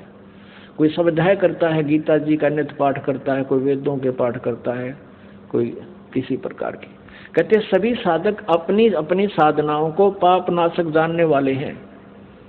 लेकिन चौथे अध्याय के 32वें श्लोक में कहा कि उस सच्चिदानंद घन ब्रह्म की वाणी में इन यज्ञों की जानकारी, यज्ञ माने धार्मिक अनुष्ठानों की जानकारी विस्तार से कही गई है। वो तत्व ज्ञान है। चौथे अध्याय के 34वें श्लोक में कहा कि उस सच्चिदानंद घन ब्रह्म की वाणी में, यानी जो ज्ञान स्वयं परमेश्वर ने अपने मुखारविंद से बोला है, वो सच्चिदानंद घन ब्रह्म की वाणी ब्रह्म ने मुखे कहा गया है, वो तत्व ज्ञान है। चौथे अध्याय के 34वें श्लोक में कहा कि उस तत्व ज्ञान को तू तत्वदर्शी संतों के पास जाकर समझ। गीता ज्ञानदाता कहता मुझे पता नहीं। अब देखिए श्रीमद् भगवद गीता, गीता प्रेस गोरखपुर से प्रकाशित है। जयदयाल गोविंद का इसके अनुवादक है। अभी आपको दिखाते हैं चौथे अध्याय का 32वां श्लोक। अब हम पहले थोड़ा सा चौथे अध्याय का 25 से शुरू करेंगे, अच्छा समझ में आएगा। ये देखिएगा, अध्याय नंबर 4 श्रीमद् भगवद गीता। इस 25 में कहा है कि दूसरे योगीजन देवताओं के पूजन रूपी यज्ञ का भली भांति अनुष्ठान करते हैं। प्रउपास्ते माने पूजते हैं। इसका अर्थ है कि कुछ योगी साधक देवताओं की पूजा, यज्ञ माने धार्मिक अनुष्ठान करते हैं, ये पूजा करते हैं प्रउपास्ते। और अन्य दूसरे ब्रह्म अग्नौ यानी ब्रह्म की साधना करते हैं। ब्रह्म ये अपने हिसाब से लिख रहे हैं और यज्ञ के द्वारा ही आत्म स्वरूप का हवन क्या करते हैं। 26 में कहा है अन्य साधक, योगी जन मन साधक, श्रोत्र आदि समस्त इंद्रियों को संयम रूप अग्नि में हवन किया करते हैं, यानी ज्ञान इंद्रियों को ही ये रोकने की चेष्टा करते हैं। दूसरे एक शब्द आदि पर, ये 26वें श्लोक में चौथे अध्याय के, समस्त विषयों को इंद्रिय रूप अग्नि में हवन किया करते हैं 27 में। और दूसरे योगीजन इंद्रियों की संपूर्ण क्रियाओं को और प्राणों की समस्त क्रियाओं को ज्ञान से प्रकाशित स्वयं योग रूप अग्नि में हवन किया करते हैं। यानी कुछ इसमें यह कहा कि कुछ लोग अपने श्वासों की क्रियाओं को आते जाते देखते रहते हैं, इसी को अपनी साधना मानते हैं, ध्यान रखते हैं उसके ऊपर। 28 में कहा है कि कई पुरुष धर्म संबंधी यज्ञ करने वाले भंडारे कर दिए कि धर्मशाला बनवा दी, और कुछ तपस्या करते रहते हैं, और दूसरे योग रूप यज्ञ करने वाले या केवल आसन, योगासन, योगा करते रहते हैं, इसी को अपना मोक्ष मानते हैं। ये 28 पढ़ रहे हैं हम, 28। और दूसरे कितने ही आचार्य ना, कितने ही अहिंसावादी तीक्ष्ण व्रतों से युक्त यत्नशील पुरुष स्वाध्याय रूप ज्ञान यज्ञ करने वाले हैं, यानी स्वाध्याय करते हैं। गीता जी का पाठ कर लिया, वेदों का।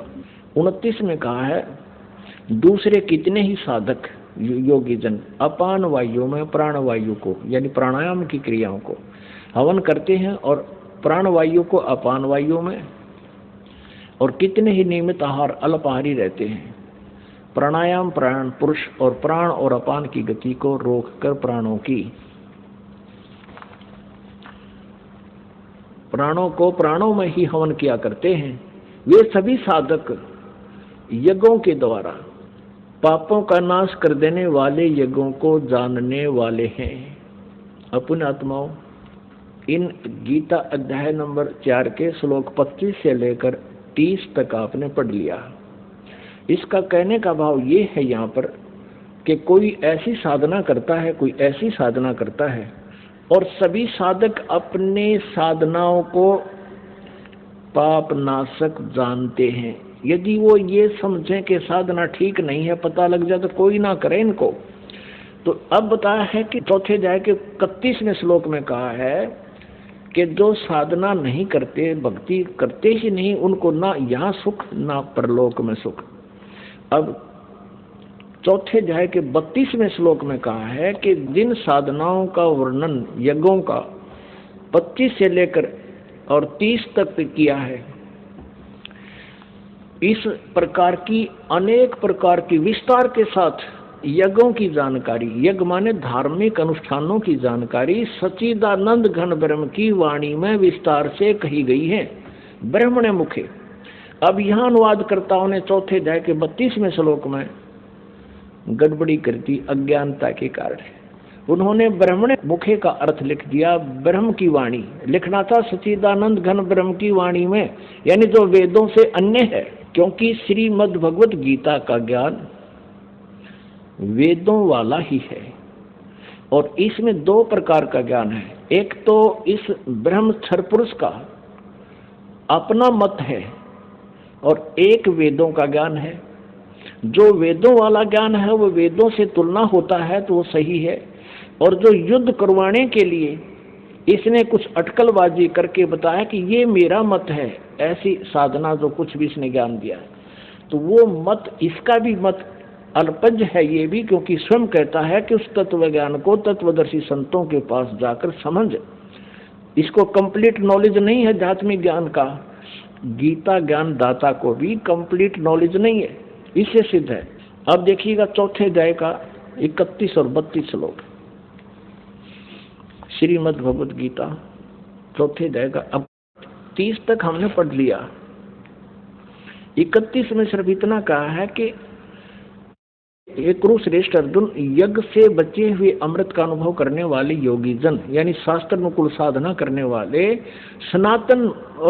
सनातनम ब्रह्म यान्ति, गीता ज्ञान दाता से कोई अन्य है, वो सनातन ब्रह्म अविनाशी परमात्मा को प्राप्त होते हैं। यज्ञ न करने वाले पुरुष के लिए तो यह मनुष्य लोक भी सुखदायक नहीं है, तो फिर परलोक कैसे सुखदायक हो सकता है।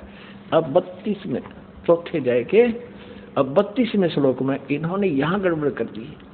एवं बहुविधा यज्ञा वितता ब्रह्मणे मुखे, इन्होंने इस ब्रह्मणे मुखे का अर्थ यहाँ गलत कर दिया। और इस प्रकार और भी बहुत तरह के यज्ञ माने धार्मिक अनुष्ठानों की जानकारी, ब्रह्मणे मुखे का अर्थ कर दिया वेद की वाणी, ये गलत कर दिया। यहाँ भी चल गए ये। अब देखो ब्रह्मणे का अर्थ हम देखते हैं इन्हीं के द्वारा 17वें अध्याय के 23वें श्लोक में। अपनात्मा ये देखिएगा, ये अध्याय नंबर,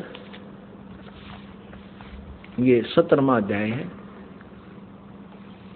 अध्याय नंबर 17 और 23वें श्लोक में श्रीमद् भगवत गीता में ओम तत् सत इति निर्देश है। ब्रह्मण त्रिविध है समर्थ है। अब यहाँ ओम ओम तत् तत् सत सत इति माने ऐसे यह त्रिविध है, तीन प्रकार का। ब्रह्मण माने सच्चिदानंद घन ब्रह्म का नाम कहा है। ब्रह्मण माने सच्चिदानंद घन ब्रह्म, यानी परम अक्षर ब्रह्म, पूर्ण परमात्मा, सच्चिदानंद घन ब्रह्म। अब हम फिर आते हैं चौथे अध्याय के 32वें श्लोक पर। चौथे अध्याय का ये 32वां श्लोक। अब हम इस अनुवाद को यहाँ ऐसे रखेंगे, इस प्रकार और भी बहुत तरह के यज्ञ सच्चिदानंद घन ब्रह्म की वाणी में, बस सीधा सार्थ हो गया, विस्तार से कहे गए हैं। ये कहे वेद की वाणी में, वेद का ज्ञान तो गीता में, यो गीता ज्ञान दाता दे ही रहा है, विस्तार से कहे गए हैं।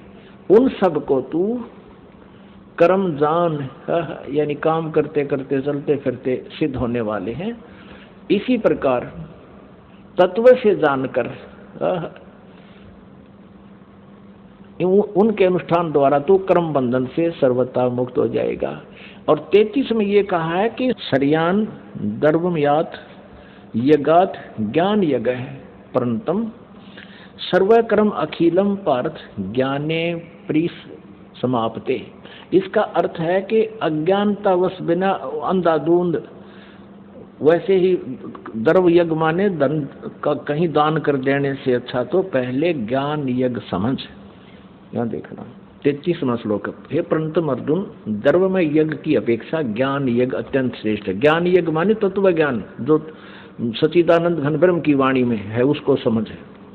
यावन मात्र संपूर्ण कर्म ज्ञान में समाप्त हो जाते हैं। अब 34 में कहा है उस ज्ञान को, कौन से ज्ञान को, जो सच्चिदानंद घन ब्रह्म की वाणी में विस्तार से कहे गए हैं, वो तत्व ज्ञान है। चौथे अध्याय का 32वें श्लोक में। अब चौथे अध्याय के 34वें श्लोक में उस तत्व ज्ञान की जानकारी, चौथे अध्याय के 34वें श्लोक में गीता ज्ञानदाता कहता उस ज्ञान को जो सच्चिदानंद घन ब्रह्म की वाणी में लिखा हुआ है, तू तत्वदर्शी ज्ञानियों के पास जाकर समझ, उनको भली भांति दंडवत प्रणाम करने से, उनकी सेवा करने से और कपट छोड़कर सरलता पूर्वक प्रश्न करने से वे परमात्म तत्व को भली भांति जानने वाले ज्ञानी महात्मा तत्वदर्शी तत्व ज्ञान का उपदेश करेंगे।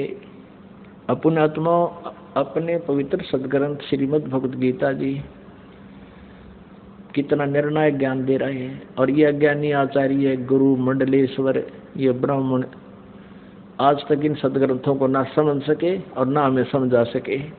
दंत कथा लोक वेद सुना रहे हमारे को। कबीर परमेश्वर जी बताते हैं, हमें समझाना चाहते हैं कि पीछे लग गया जाऊं था मैं लोक वेद के साथ, रस्ते में सतगुरु मिल गए, दीपक दे दिया हाथ। लोकवेद ये दंत कथा थी, जैसे हम पहले सुना करते, ब्रह्मा विष्णु महेश अजरो अमर है, इनके कोई माता पिता नहीं, सर्वेश्वर महेश्वर, ओम नमः शिवाय, ओम भगवते वासुदेव मंत्र ये जाप करो। नहीं, गीता जी में केवल लिखा है कि ब्रह्म कहता मेरी साधना करनी है तो ओम नाम है, नथिंग एल्स। ओम इति एक अक्षरम, ओम इति एक अक्षरम ब्रह्म व्यवहारण माम अनुसमरण, नथिंग एल्स। केवल एक ओम अक्षर है मेरा जाप करने का। और सच्चिदानंद घन ब्रह्म परमक्षर ब्रह्म की साधना करने का 17वें अध्याय के 23वें श्लोक में लिखा है कि ओम तत्सत इति निर्देश ब्रह्म त्रिविध समर्थ है। उस सच्चिदानंद घन ब्रह्म की साधना करनी है तो तत्वदर्शी संत बतावेंगे, उसके पास वो कोड वर्ड है। ओम तो ब्रह्म का जाप है, और तत् ये अक्षर पुरुष का, जैसे सृष्टि रचना में आपको बताया था कि अचिंत के वचन से अक्षर पुरुष की उत्पत्ति हुई थी, और स्वयं ये परम अक्षर ब्रह्म ओवरऑल कंट्रोलर सबका मालिक कबीर देव है, कबीर साहब, उसका सत मंत्र है। ये 3 मंत्र है, ओम तत्सत। ओम ब्रह्म सरपुरुष का, सरब्रह्म का, और ये अक्षर पुरुष का सांकेतिक है, और सत ये परम अक्षर पुरुष सच्चिदानंद घन ब्रह्म का मंत्र है जाप करने का। इन तीनों की इकट्ठी साधना करनी होती है, और इससे उस परम पिता परमात्मा की प्राप्ति होती है, परम अक्षर ब्रह्म की। ये तत् और सत सांकेतिक शब्द हैं, ये दास बता सकता है। इस पृथ्वी पर किसी के पास ही मंत्र नहीं है। और इस दास से मंत्र प्राप्त करके यदि कोई स्वयं ही स्वयंभू गुरु बनता है तो वो आपका शत्रु है, वो नकली डुप्लीकेट यानी डुप्लीकेट लाइसेंस अर्थात पासपोर्ट बना रहा है, आप भी अपराधी और आपको भी दोषी बना रहा है। अब वो सच्चिदानंद घन ब्रह्म की वाणी में आज से 600 वर्ष पहले लिखा था वो दिखाते हैं कबीर सागर में। ये देखिएगा वो सच्चिदानंद घन ब्रह्म की वाणी, कबीर वाणी, ये कबीर सागर है। ये देखो कितना मोटा, कितना इसमें विस्तार से लिखा गया है। और ये कबीर सागर है, इसके 11 भाग हैं। खेमराज श्री कृष्णदास प्रकाशन बंबई से ये प्रकाशित है।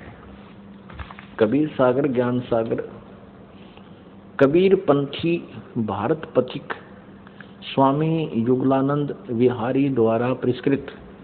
ये कबीर पंथियों ने ठीक कर रखा है। मुद्रक एवं प्रकाशक है खेमराज श्री कृष्णदास, अध्यक्ष श्री वेंकटेश्वर प्रेस, खेमराज श्री कृष्णदास मार्ग बंबई।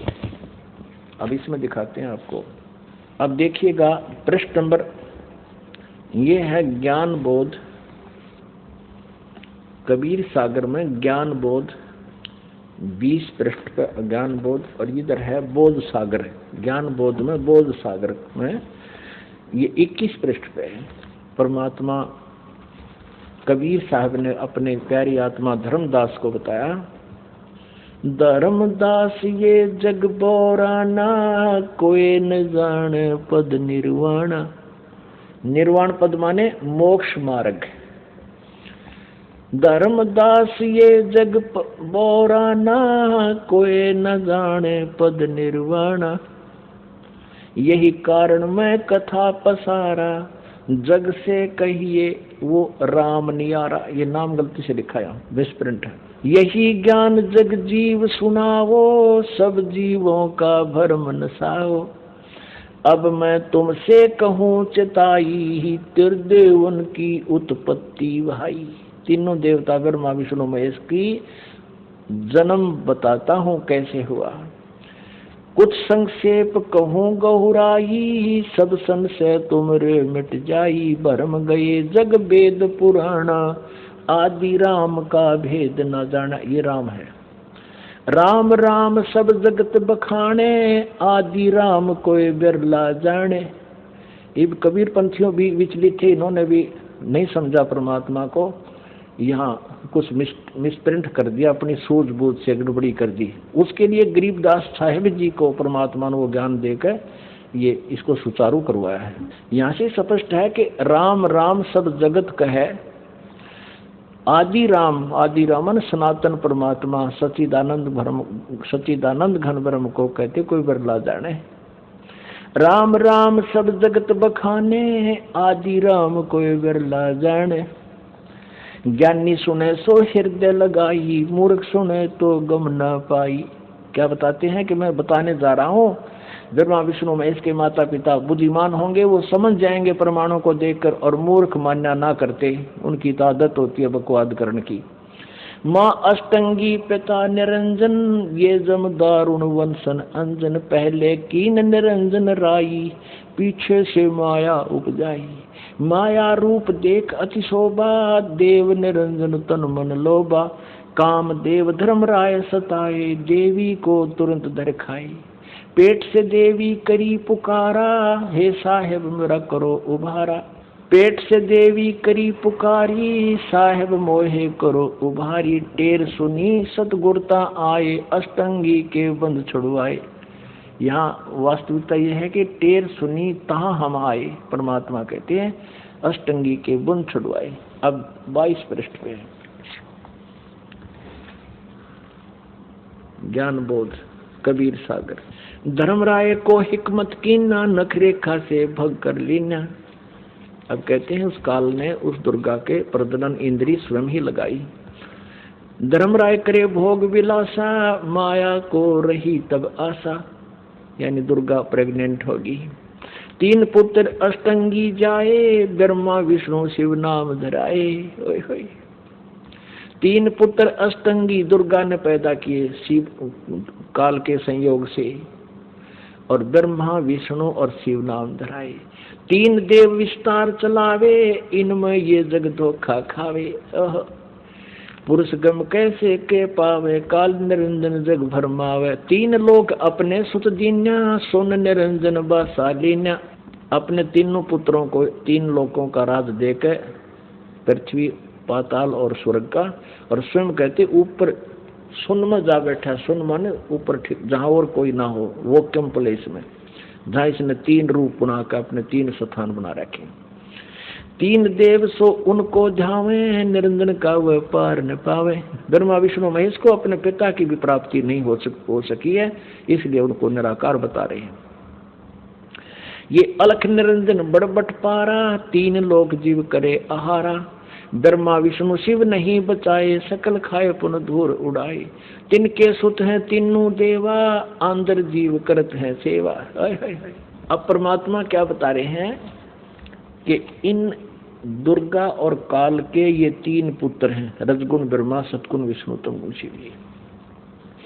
और अंधे जीव इन्हीं की पूजा करते हैं। अंधे माने ज्ञानहीन प्राणी, और इन्हीं को सर्वेश्वर मानकर इनकी पूजा करते हैं। फिर देखिए, तिनके सुत हैं तीनों देवा, अंदर जीव करते हैं सेवा। सेवा माने पूजा। ये अंधे ज्ञानहीन, तत्व ज्ञानहीन प्राणी इन्हीं काल के तीनों पुत्रों की पूजा करते हैं। अकाल पुरुष काहू नहीं चीन्या, काल पाए सभी गए लीन्या। ऐसा तीनों देव और असुर अवतारा, ताको भजे सकल संसारा। कहते हैं इन तीनों देवताओं ब्रह्मा विष्णु महेश और असुर और अवतारा, और इन्हीं के अवतारों को ताको भजे सकल संसारा। तीनों गुण का यह विस्तारा, धर्मदास में कहो पुकारा। अब परमेश्वर कबीर जी कहते हैं गुण तीनों की भक्ति में ये भूल पड़ो संसार। कह कबीर निज नाम बिना कैसे उतरो पार। अब परमात्मा ने कहा कि तीनों गुण का ये विस्तारा, रजगुण ब्रह्मा, सतगुण विष्णु, तमगुण शिव जी। गुण तीनों की भक्ति में भूल पड़ो संसार। कह कबीर निज नाम बिन कैसे उतरे पार। निज राम बिन, निज राम नाम कहो। अपने आत्मा ये कंसेप्ट और क्लियर करना पड़ेगा कि रजगुण ब्रह्मा है, सतगुण विष्णु, तमगुण शिव जी।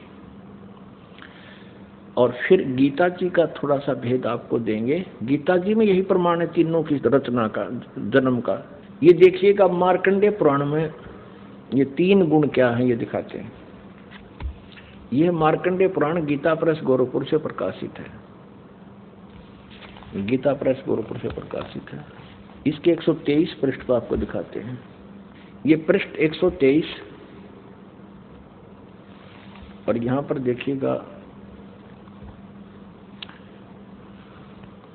मार्कंडेय जी बोले, मार्कंडेय जी बता रहे हैं। हम यहां आ जाते हैं। इस प्रकार, इस तरह स्वयंभू परमात्मा की तीन अवस्थाएं होती हैं। रजोगुण प्रधान ब्रह्मा, तमोगुण प्रधान रुद्र और सत्वगुण प्रधान विश्वपालक विष्णु हैं।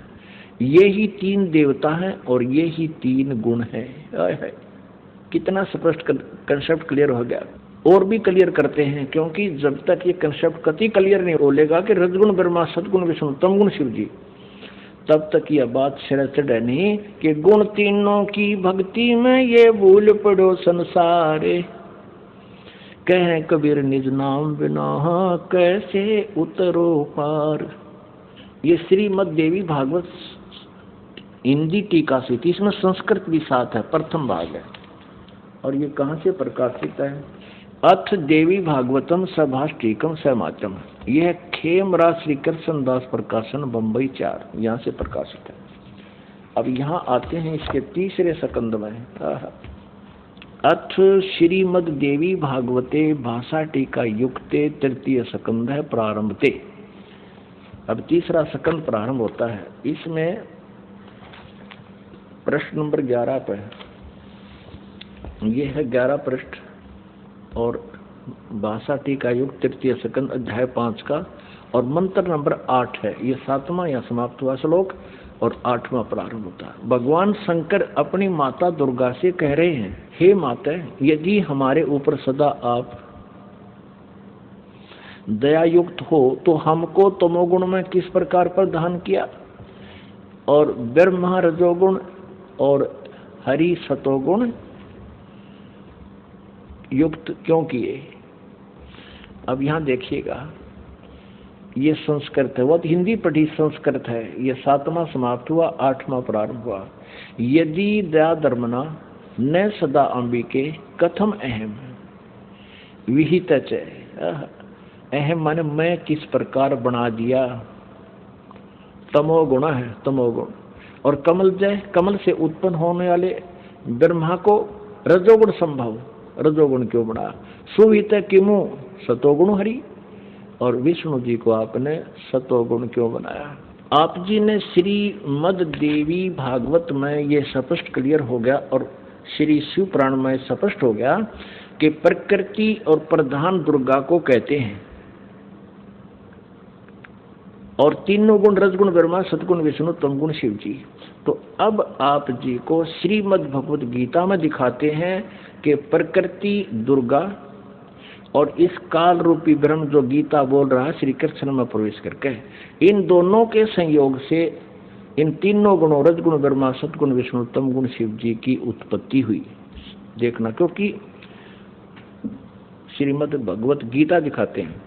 श्रीमद भगवत गीता में आप जी को दिखाते हैं ये 14वें अध्याय का, ये देखिएगा अध्याय 14 का 3, 4, 5 या 3। हे अर्जुन, मेरी महत ब्रह्म रूप मूल प्रकृति, प्रकृति दुर्गा सभी प्राणी भूतों यानी प्राणियों की योनि अर्थात गर्भाधान स्थान है। मैं उस योनि में चेतन समुदाय रूप गर्भ को स्थापन करता हूँ। उस जड़ चेतन के तत्व मन उसके संयोग से सब प्राणियों की उत्पत्ति होती है, भूतों की उत्पत्ति होती है। 4 में, हे अर्जुन, नाना प्रकार की सब योनियों में यानी शरीरों में जितनी मूर्तियां अर्थात शरीरधारी प्राणी उत्पन्न होते हैं, प्रकृति तो उनकी गर्भ धारण करने वाली माता है, उन सब की दुर्गा।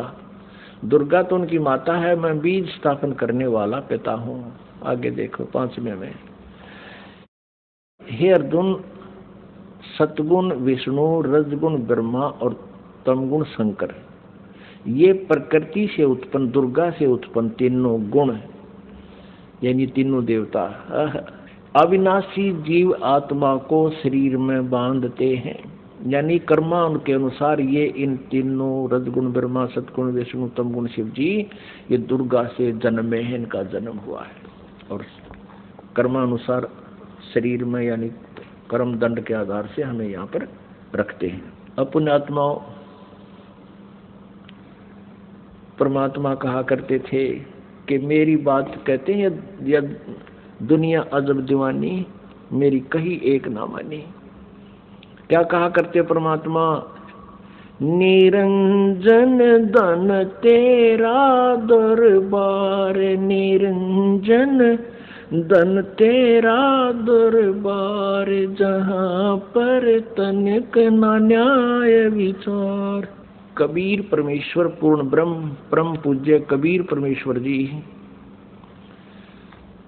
600 वर्ष पहले कहा करते रहे, काल तेरा नाश जाइयो, तूने कैसा जुल्म कर रखा। इस ज्योति निरंजन को कहा करते थे कि इस तेरे लोक में कि तिनक भी न्याय नहीं है, तूने सबको भ्रमित कर रखा है, सबको झूठ कपट के आधार से रोक रखा है, और इन झूठे गुरुओं से झूठा ज्ञान तूने जनता के अंतःकरण में बरवा दिया। और ये भोली जनता इन झूठों को सच्चा मानते हैं और मेरी नहीं मानते। निरंजन धन तेरा दरबार, निरंजन धन तेरा दरबार, जहाँ पर तनिक ना न्याय विचार। वैसा ओढ़े मुल मुल खासा गल मोतियों के आर। वैसा ओढ़े मुल मुल खासा गल मोतियों के हार। पति भरता को मिले न खादी ये सूखा निरस आहार। निरंजन धन तेरा दरबार। निरंजन धन तेरा दरबार। जहाँ पर तनिक न न्याय विचार। पाखंडियों की पूजा जग में संत को कहें लबाड़े। पाखंडी की पूजा जग में संत को कहें लबाड़े। अज्ञानी को परम विवेकी और ज्ञानी को मूढ़ गंवार। निरंजन धन तेरा दरबार। निरंजन धन तेरा दरबार। जहाँ पर तनिक न न्याय विचार। कह कबीर सुनो भाई साधो या सब उल्टा व्यवहार। कहे कबीर सुनो भाई साधो या सब उल्टा व्यवहार। सच्चे को तो ये झूठा बतावे इन झूठों का एतबार। निरंजन धन तेरा दरबार। निरंजन धन तेरा दरबार। जहाँ पर तनिक न न्याय विचार। कह कबीर सुनो भाई साधो या सब उल्टा व्यवहार। कहे कबीर सुनो भाई साधो या सब उल्टा व्यवहार। सच्चे को तो ये झूठा बतावे और इन झूठों का एतबार। निरंजन धन तेरा दरबार। निरंजन धन तेरा दरबार। जहाँ पर तनिक न न्याय विचार। बोलो सतगुरुदेव की जय।